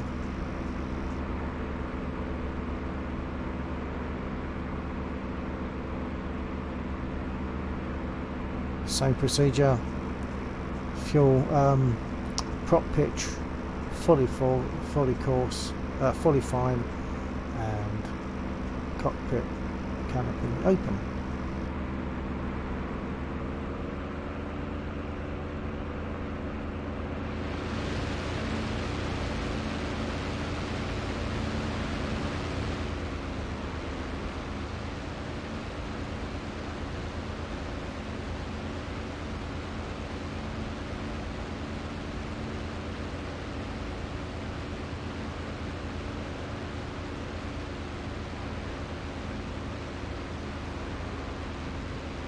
When I put my flaps down, it will cause the nose to drop. In War Thunder, it makes the aircraft pitch upwards, and that, I believe, is wrong.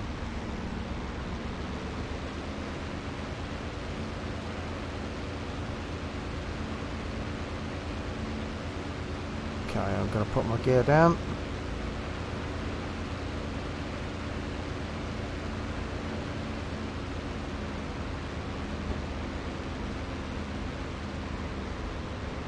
And flaps.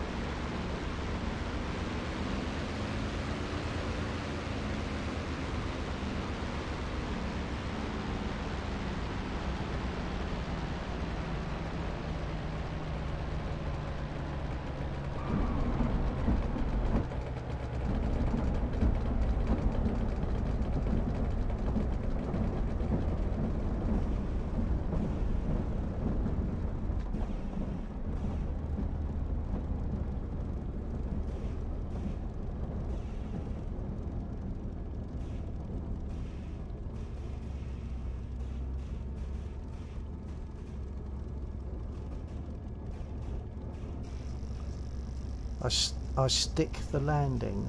I don't know what you mean there. Explain that one, Gojira. I stick the landing. You mean our landing okay or what?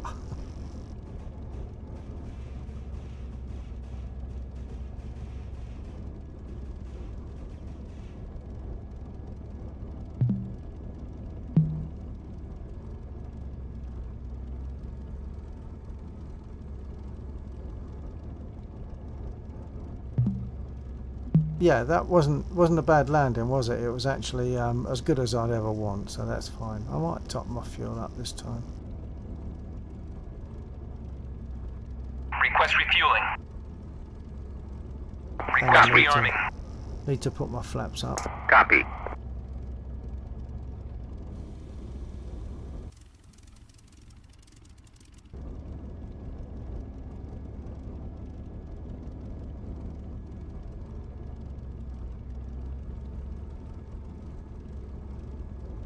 Yeah, previously with the DCS taking off in the spit, Refueling complete. the landing, the takeoff, the left wing would always drop horribly, and you'd skid off to the right, and it was awful. And coming into land, it might be okay when you first touch down, but as you slow down, it was once again wing dropping down and skidding around. I've adjusted curves now. In DCS, you can adjust a curve of how your stick responds in various ways. So I've adjusted curves, and I've got used to it to some degree, and I use my Rearming brake for complete. landing. Thank you. I use my brake for landing as well. Or once I've touched down, I use my brake.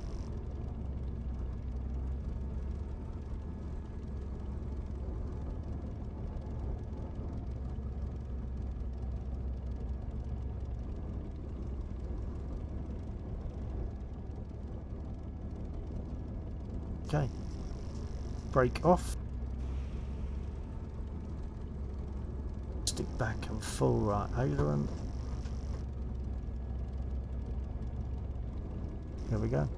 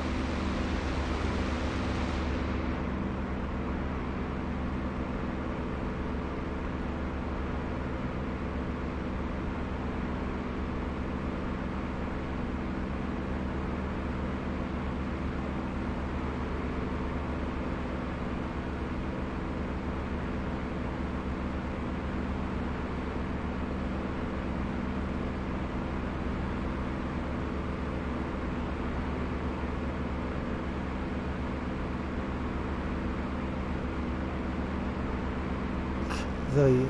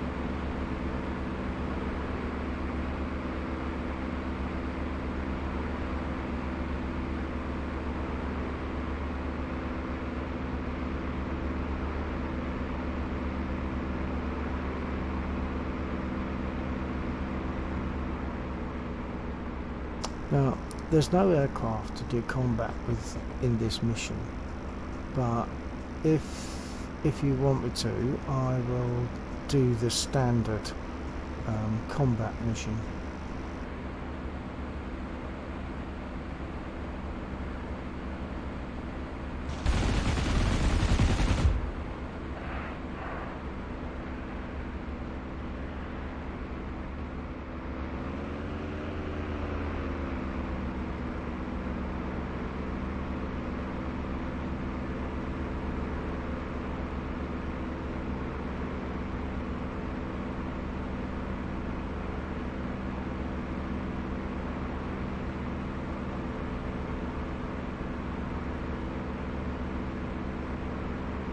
Okay, well actually there's two options. There's just a dogfight and then there's one called Battle Over the Lake. I'll land and jump out of this and we can decide what to do.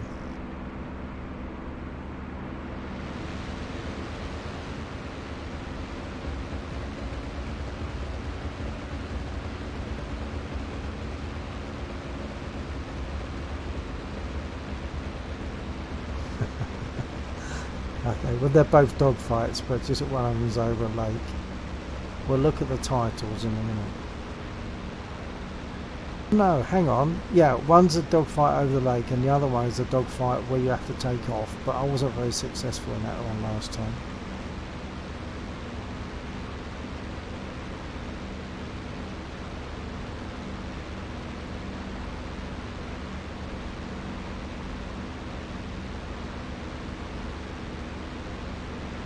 Gear down.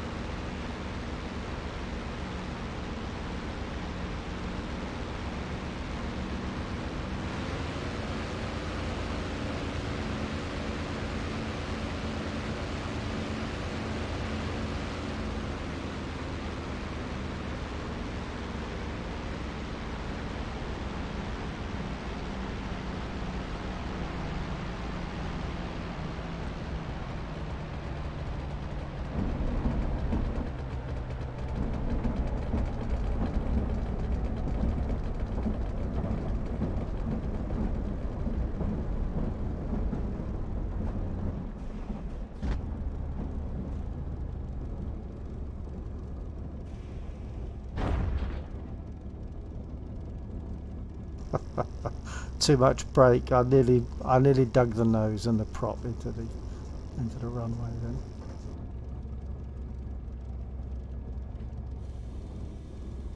I'll do a sort of a shutdown.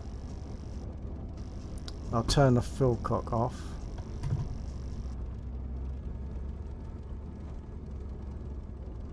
Give it a little rev and then cut the engine.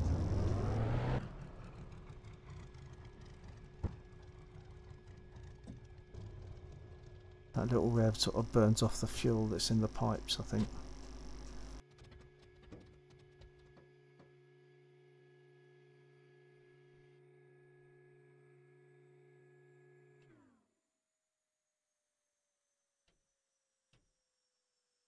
I'm not going to worry about taxiing back. I think I will just leave it there.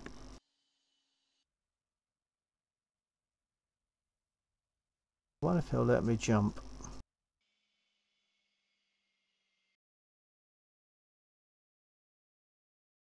No, I think the mapping is wrong for that. Because it should jump when I hit J 3 times. It should jump me out the aircraft. Okay, I'm going to quit this and we'll look at a dogfight. I'll probably lose. Okay.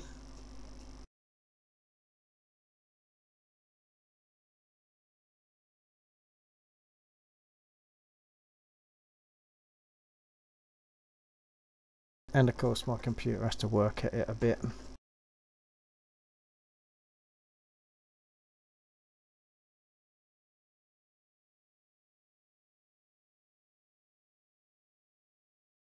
Oh, I've got the BEM.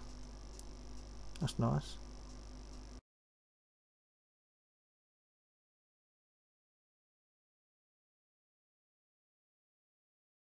Right, so yeah, we've got Battle Over the Lake.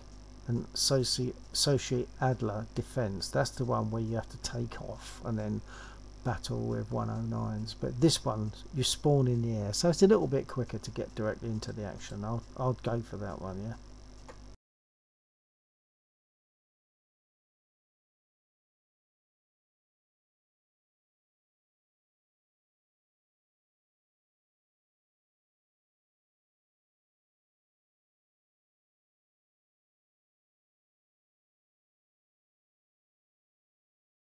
Did I have the stick cam last time you were here, Gajira?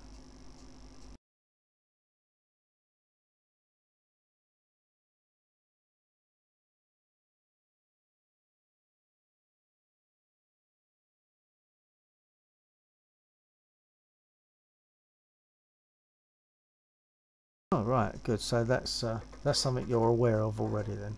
Right, this is obviously going to take a couple of seconds to load, and it's 20 minutes after midnight for me, so really I should do this and then I should think about folding, really, shouldn't I?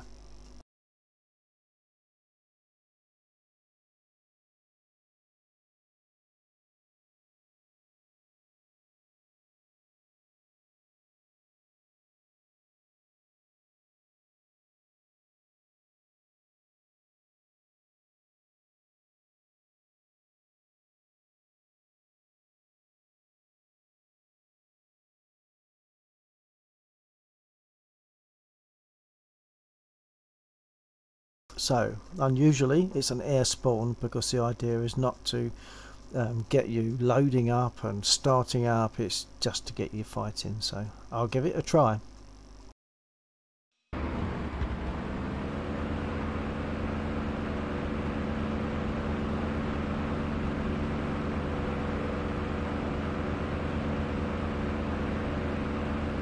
Computer's struggling a little bit at the moment.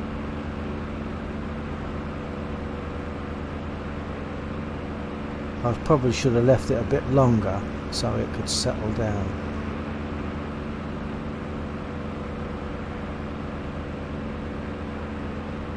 Tally Bandit, close spot. 2, Tally Bandit, close spot. Oh, this is really laggy for me. So it must be laggy for you.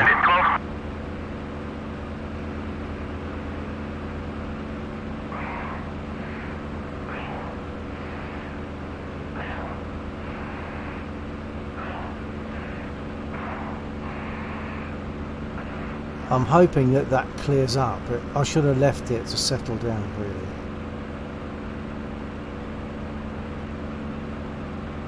Everything is just appearing and disappearing because of the lag.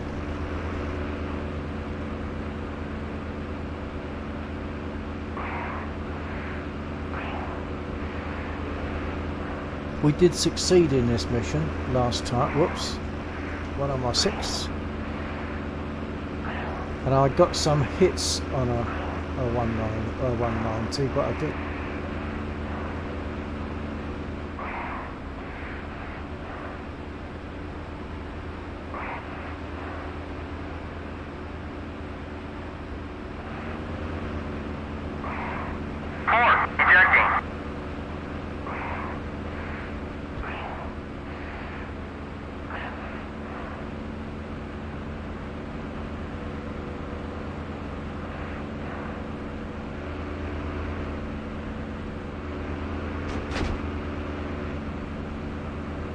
Oh, he's got me. See, I said so.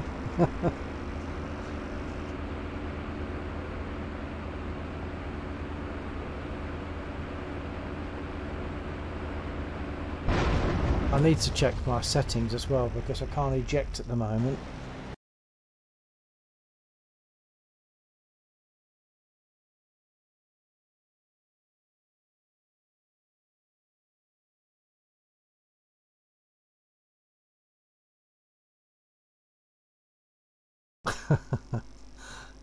Well, they've got all the guns that they don't have to worry about convergence when they fire, do they? And my biggest problem is finding them, keeping them in sight, and then going for them. But at the moment it's all that plus the fact that my computer is fighting to keep up with it.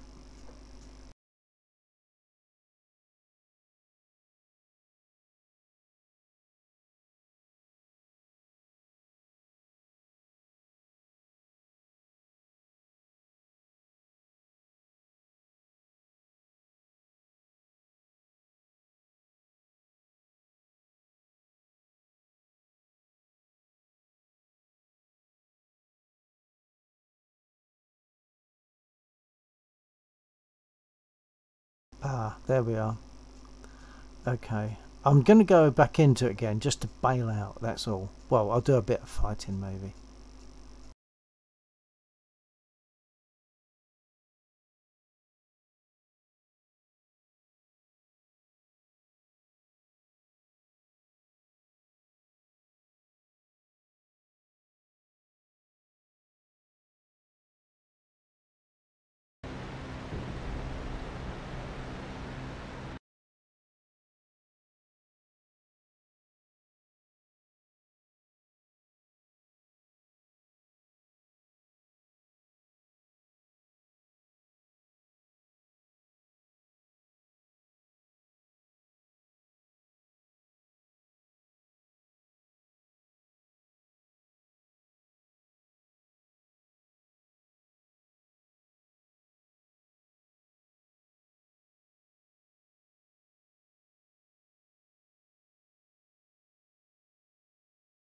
Hopefully the computer will have settled down a bit.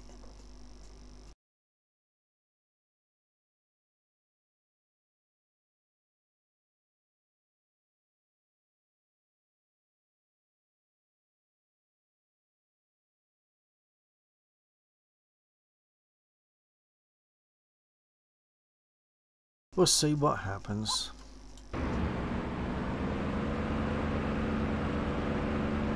Well, it's not laggy at the moment. 2, Tally Bandit, 12 o'clock. 2, Tally Bandit, 12 o'clock.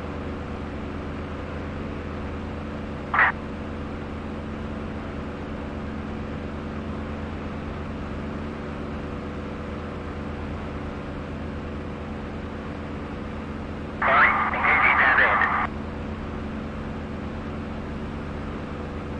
It goes laggy when I get closer to the other aircraft.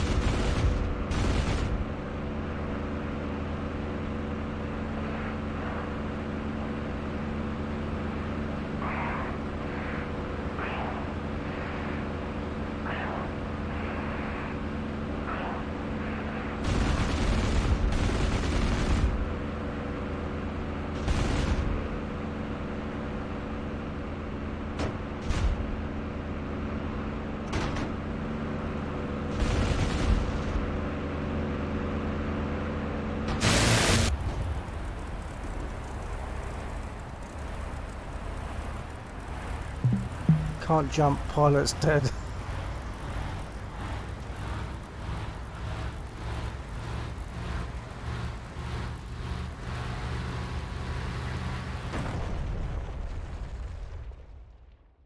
Well, I got some good hits.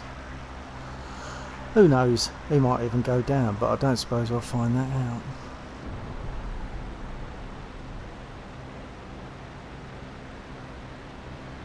Oh, actually, I might find that out if I look at the briefing.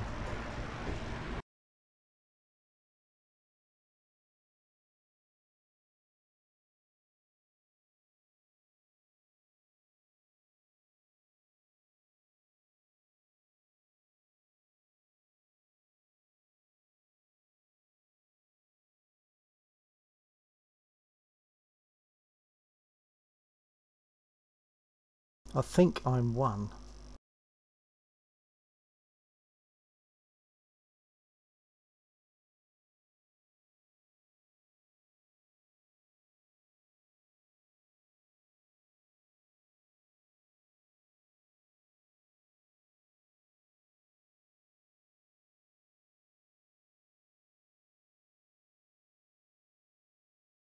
Oh, hang on, no, Spitfire, I'm player, okay. As you can tell, I don't really look at this very much.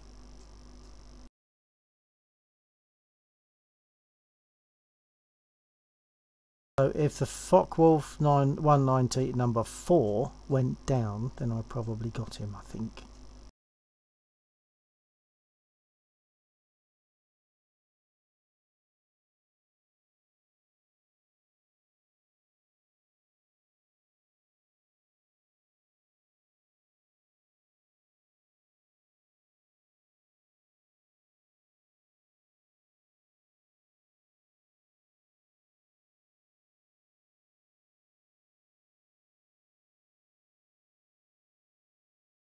Don't know, can't tell.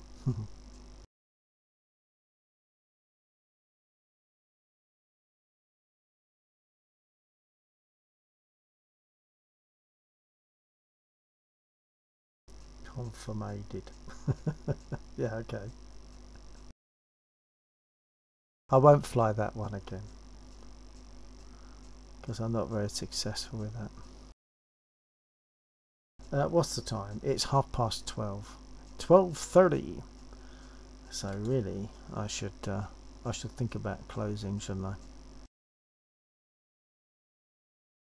I can't even do the P51 because I've got a lot of mapping to do on that before I can do that. I had it mapped a while ago, a long time ago, but since then there's all sorts of stuff happened and I've got to map a whole load of stuff to it.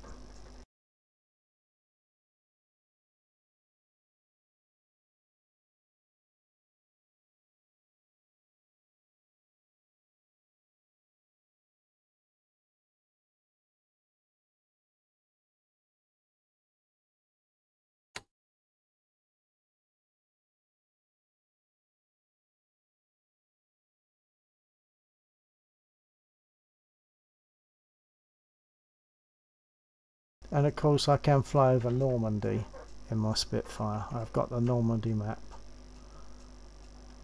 I'm just trying to think. That's probably in a separate mission because the Normandy map they have for cold start and takeoff is like misty and it's really awful and uncomfortable to fly.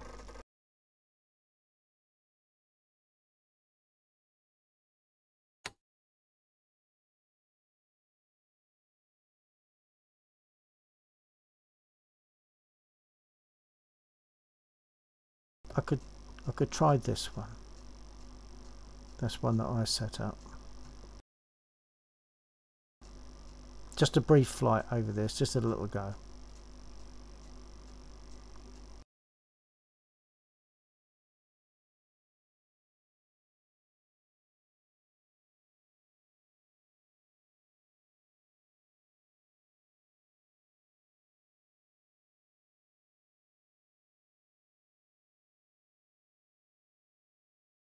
Actually, I didn't click OK, and it's just well I didn't because what I'm thinking is rather than go through the startup procedure, perhaps I'll just go takeoff, clear trucks. Okay, let's do that.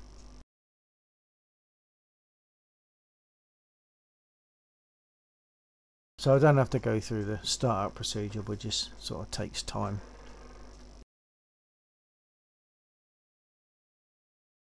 Though it's very nice to do, and the fact that you've got, I mean, everything in the cockpit pretty much works.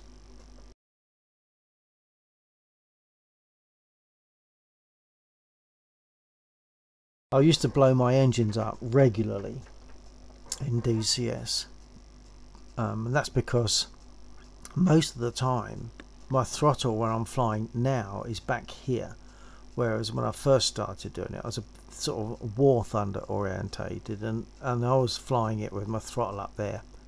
No good, just burns the engine out. So yeah, most of the time it's about there.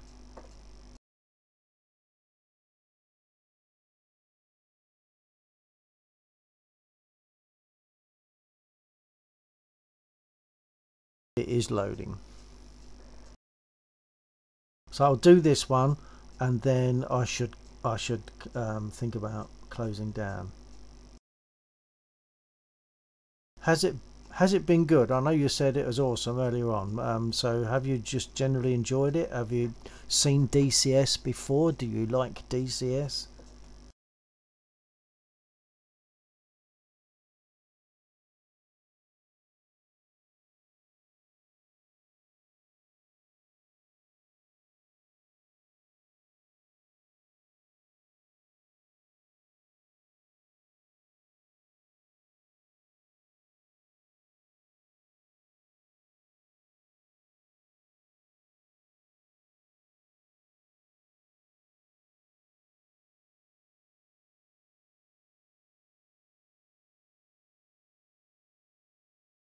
Yeah, it is. I mean, this is a true flight simulator. War Thunder is a game, and it's pretty good, and I like it, and I always do it still. But this DCS is a true flight simulator, so everything is much truer to reality.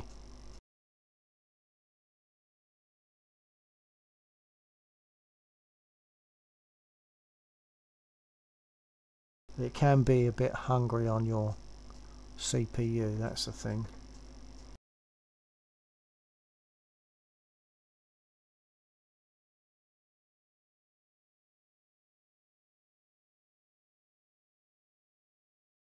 And Gojira, explain for me please, the Kaiju, is that like a king or a boss or or what? Gojira the Kaiju, what does that mean?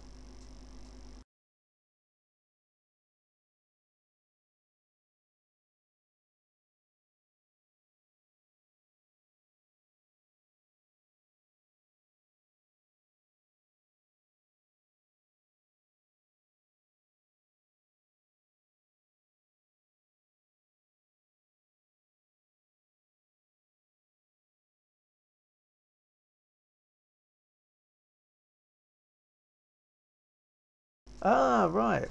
So Gojira the monster, almost. Okay, like it.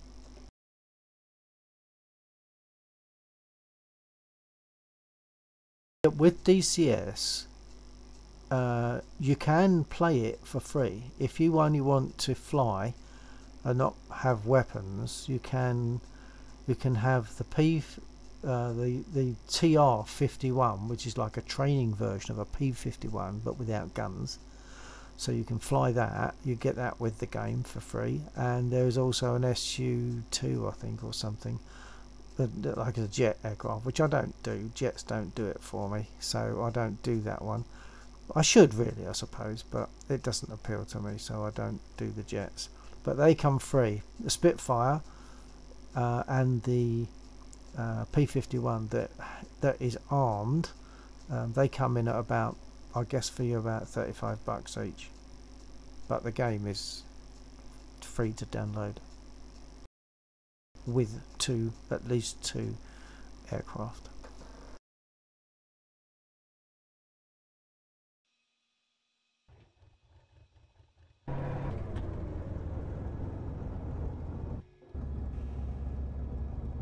I'm going to let it settle down a little bit first, I think. So this is Normandy. over that way you have the English Channel. Over that way you have the French countryside. I'll say over that way the English Channel and England.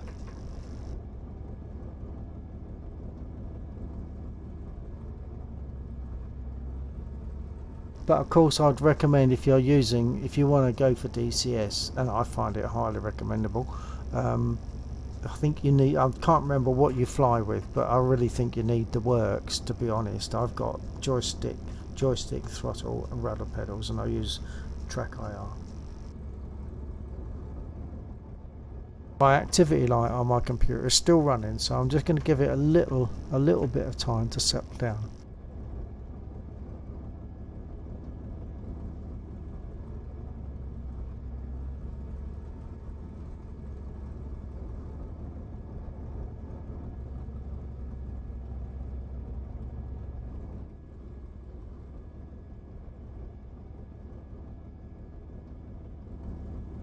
And of course there are maps you can buy, so I bought the Normandy map because it's like spitting across the water, if you like, for me, or the other side of the pond in American speak, yeah, it's close to me, and I can fly across and land in England if I want to, but there's not much over there. There's only about a couple of airfields, I think, and there's not much. You can only just about get into southern England. My activity light is still running, but I might give it a shot and see if it will take off. The Normandy map, I think, takes more resource from your computer, but DCS comes with the Caucasus map, so that doesn't cost anything, and I think it also takes less from your computer.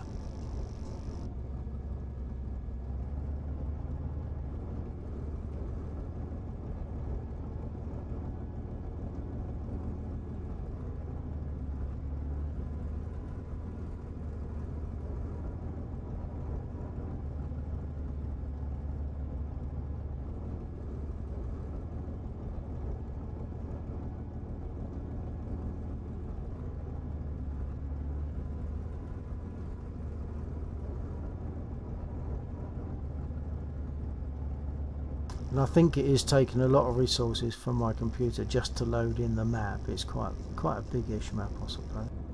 There's also plenty of detail.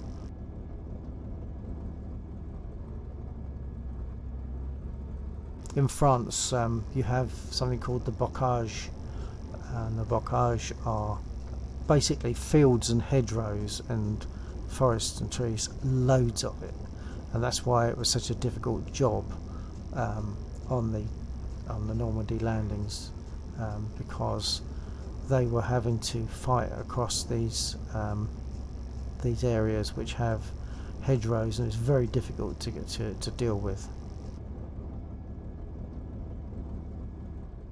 My activity light is still on, and it is a bit laggy.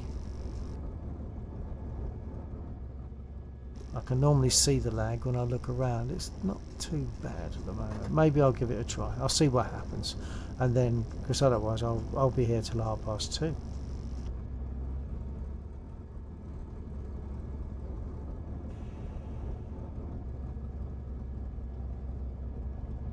Okay. I should open the cockpit, as I said earlier on, just in case I need to be dragged out of my cockpit in an emergency. So I'm going to go and see how it works.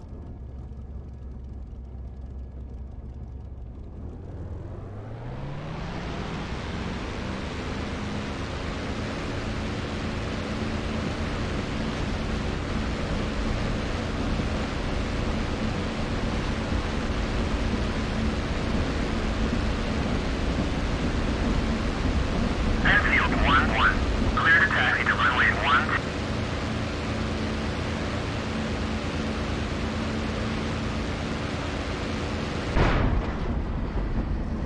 Well, the crash wasn't entirely my fault, was it?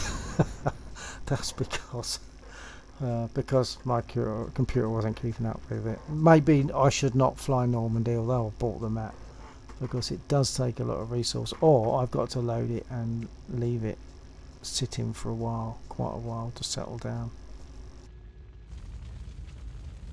Oh dear, my poor Spit. Never mind.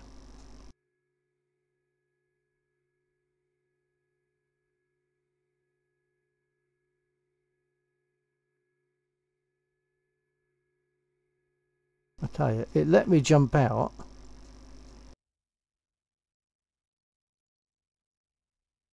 I'll run that again just so that I can jump out and walk around and you can see one more aspect of it.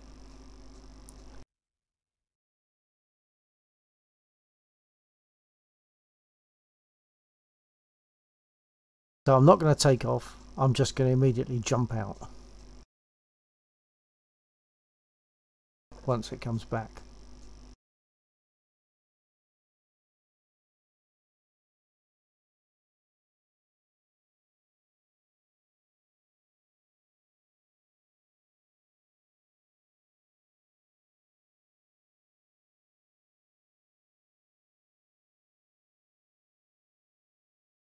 Power, like in War Thunder, you can bail out and you see third person you jumping out of your aircraft, or a parachute just appearing from your aircraft.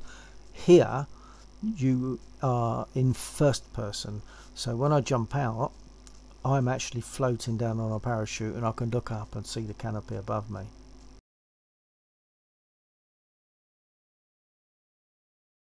I'd have to get airborne for that though, so I suppose I could do the dogfight and just bail out straight away, and then you can see that side of it.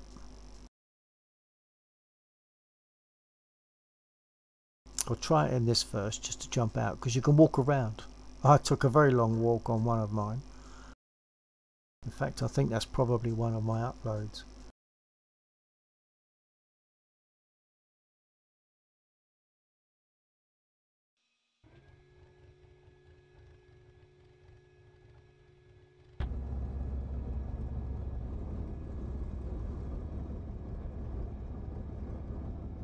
Right, I'm going to try and bail out.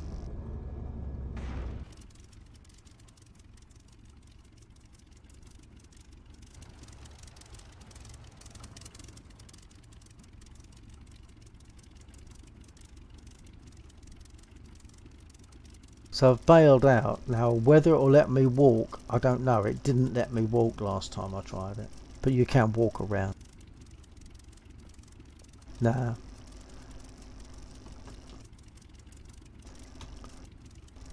Because it won't let me turn.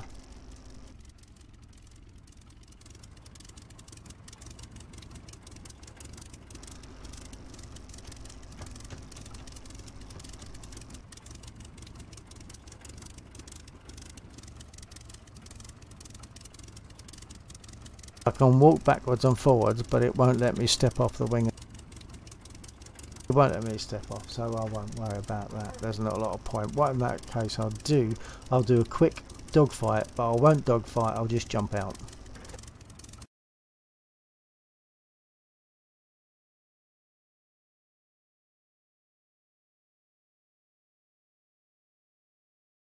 So we have to just wait a second for it to load.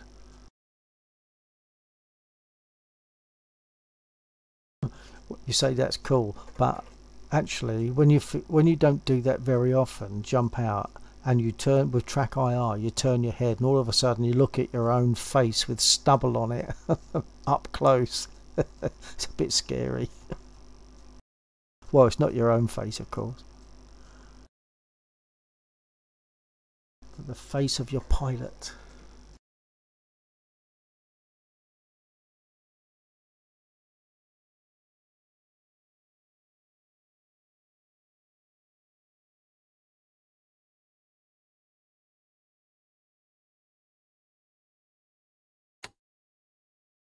Actually, I could just do free flight. I don't have to go into a battle. I'll just do free flight.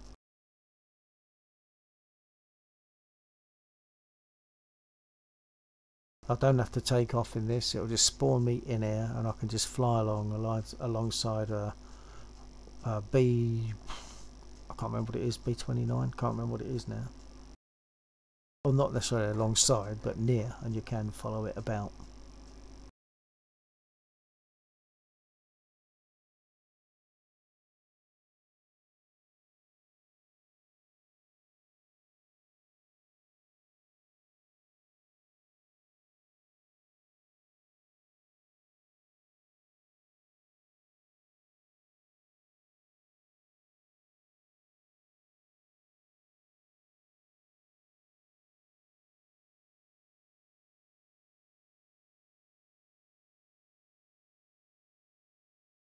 When I fly with Laxor, my sort of squad mate, he also streams. So whether we're in DCS or War Thunder, we will both be streaming. So anyone watching, they can watch my stream and see it from my point of view, and they can go to Twitch and watch Laxor on his stream and see what's happening from his point of view. So it's quite good, and we can talk across both streams or our own stream or to each other, just privately between ourselves, if it's not something to do with the game.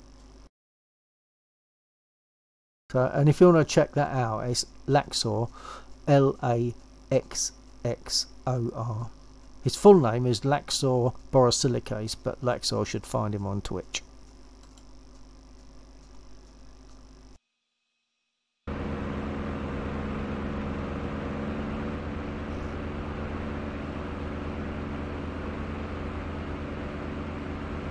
There's the lag.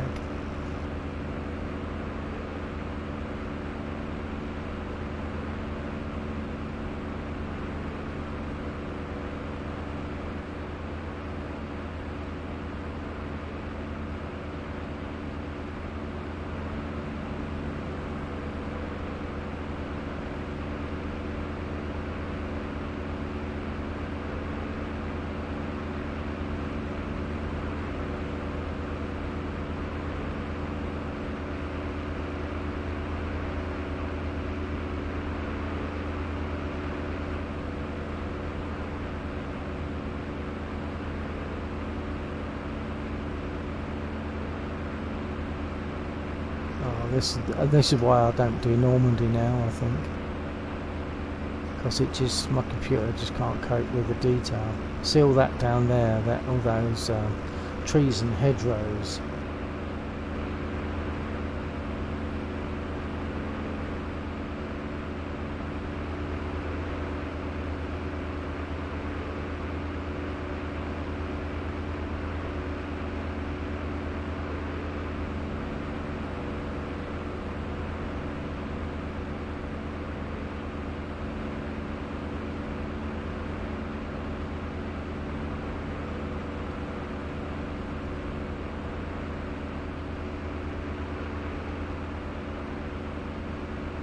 So B17 might be settling down. I'll try and make a turn so you can get a better look at him, and then I'll bail out.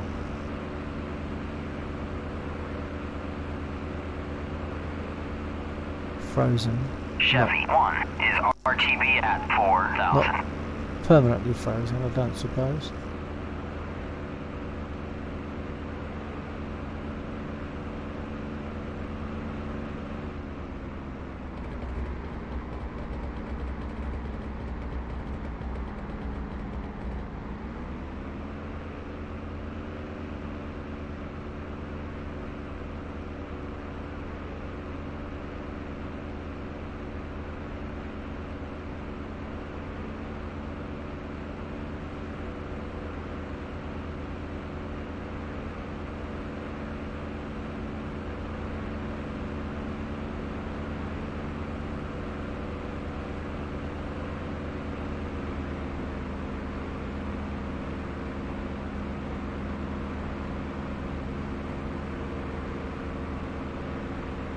Once I've caught up to him and we've had a little look, I'll get myself over La Belle France and jump out.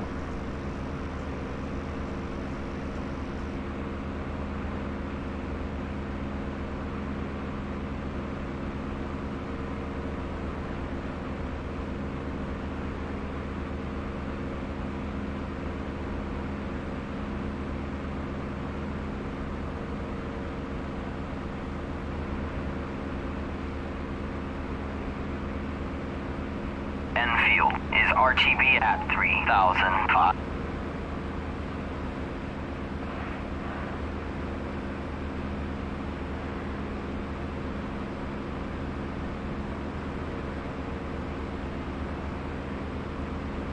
It will catch up.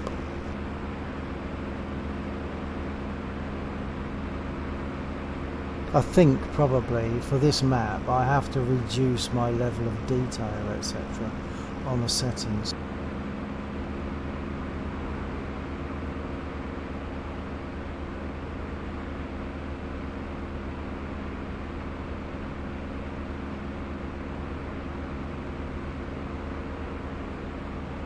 When you bail out and you're going down and you look at your feet and legs below you, and you land, just before you land you see the knees come up. The knees sort of come up together, because that's what you're supposed to do when you land in a parachute.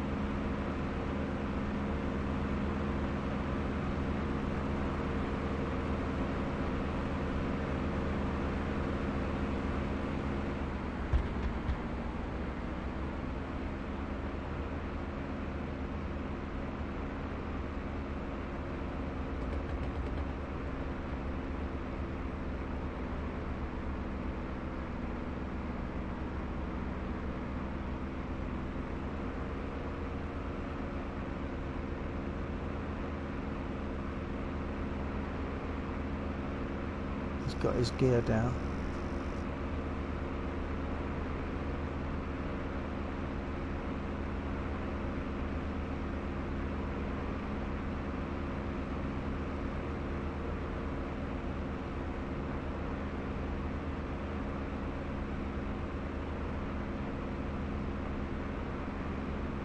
It will catch up.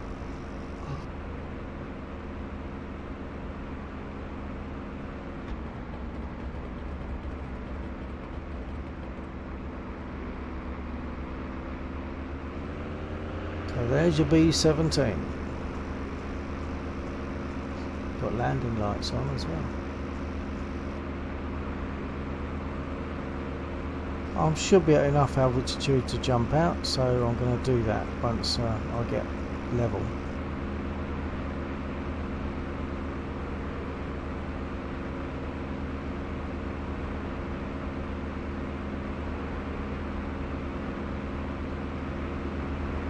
Right, I'm at 2,500 feet. I'm going to bail out.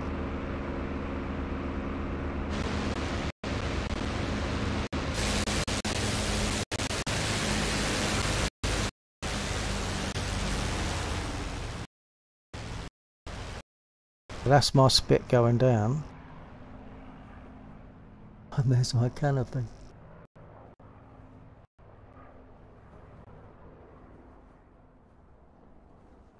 And there's me. Not really.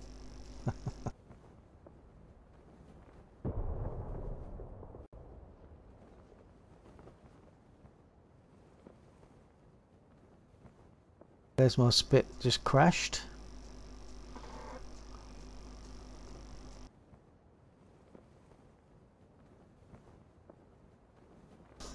Yeah, spit be free.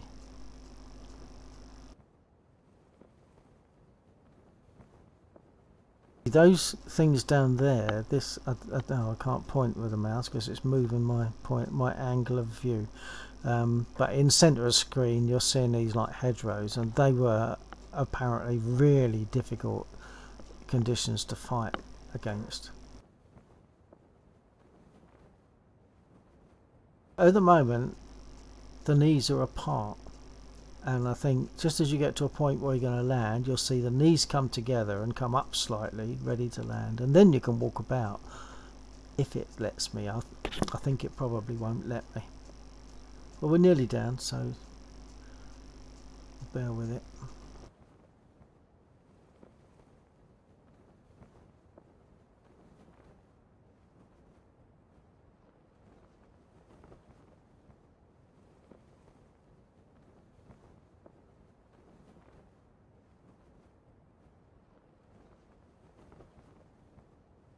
Going to land right beside those trees in the shadow. Watch for the knees and the legs.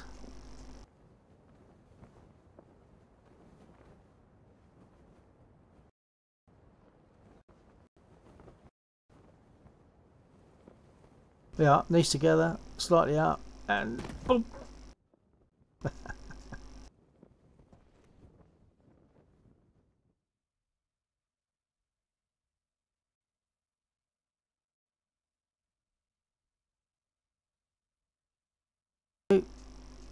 Will it let me walk? Yeah, it's just letting me walk. But not turn. It won't let me turn, and that's why I couldn't get off the wing of the Spitfire. I can look round, but I can't turn the pilot round. Oh, maybe I can. Maybe it was just catching up.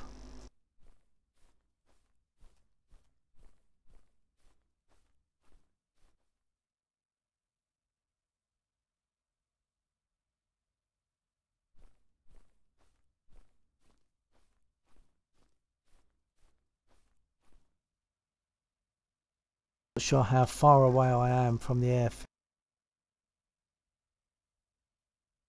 I'm going to look at the map.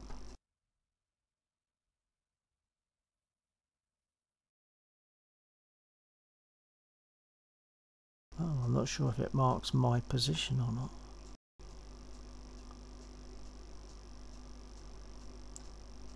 I don't think it does. So I don't really know exactly where I am on a map. I'll zoom out a bit more in case.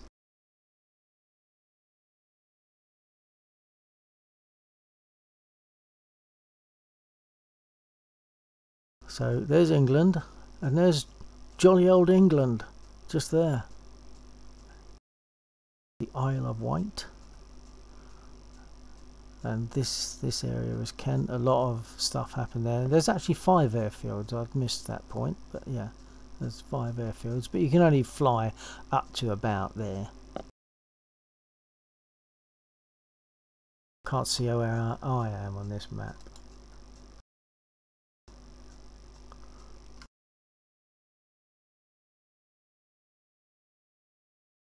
I don't think it's going to let me back now. Perhaps it will.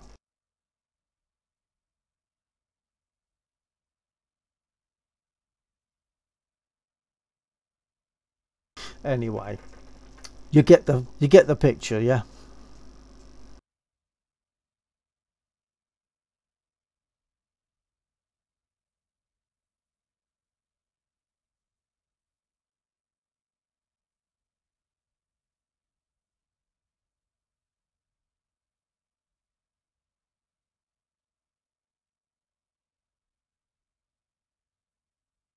I'll take a bit of a walk and see what we find.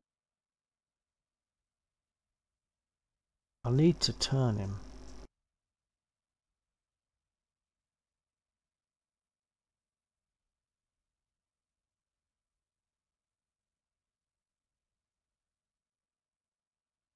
He's not turning. I think it's all to do with the map being very detailed and my computer not handling it that well. So I'm going to jump from this.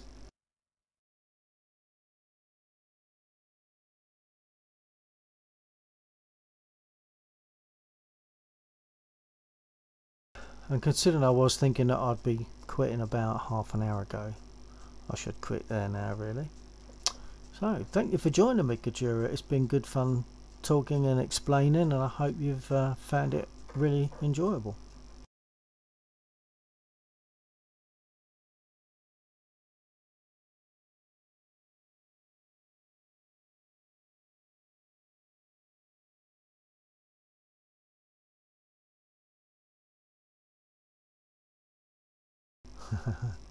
Okay, right, well, you take care, and hopefully I'll catch you again another time soon. And it might be in DCS, it might be in War Thunder, because I still do War Thunder an awful lot. I don't just do DCS, but I am doing DCS more than I used to, because I'm being successful with it, with the takeoffs and the landings and everything.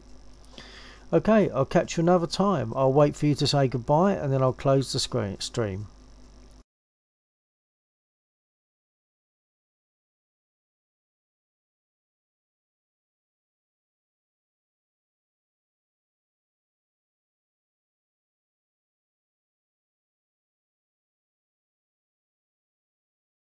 Okay, and you. Goodbye.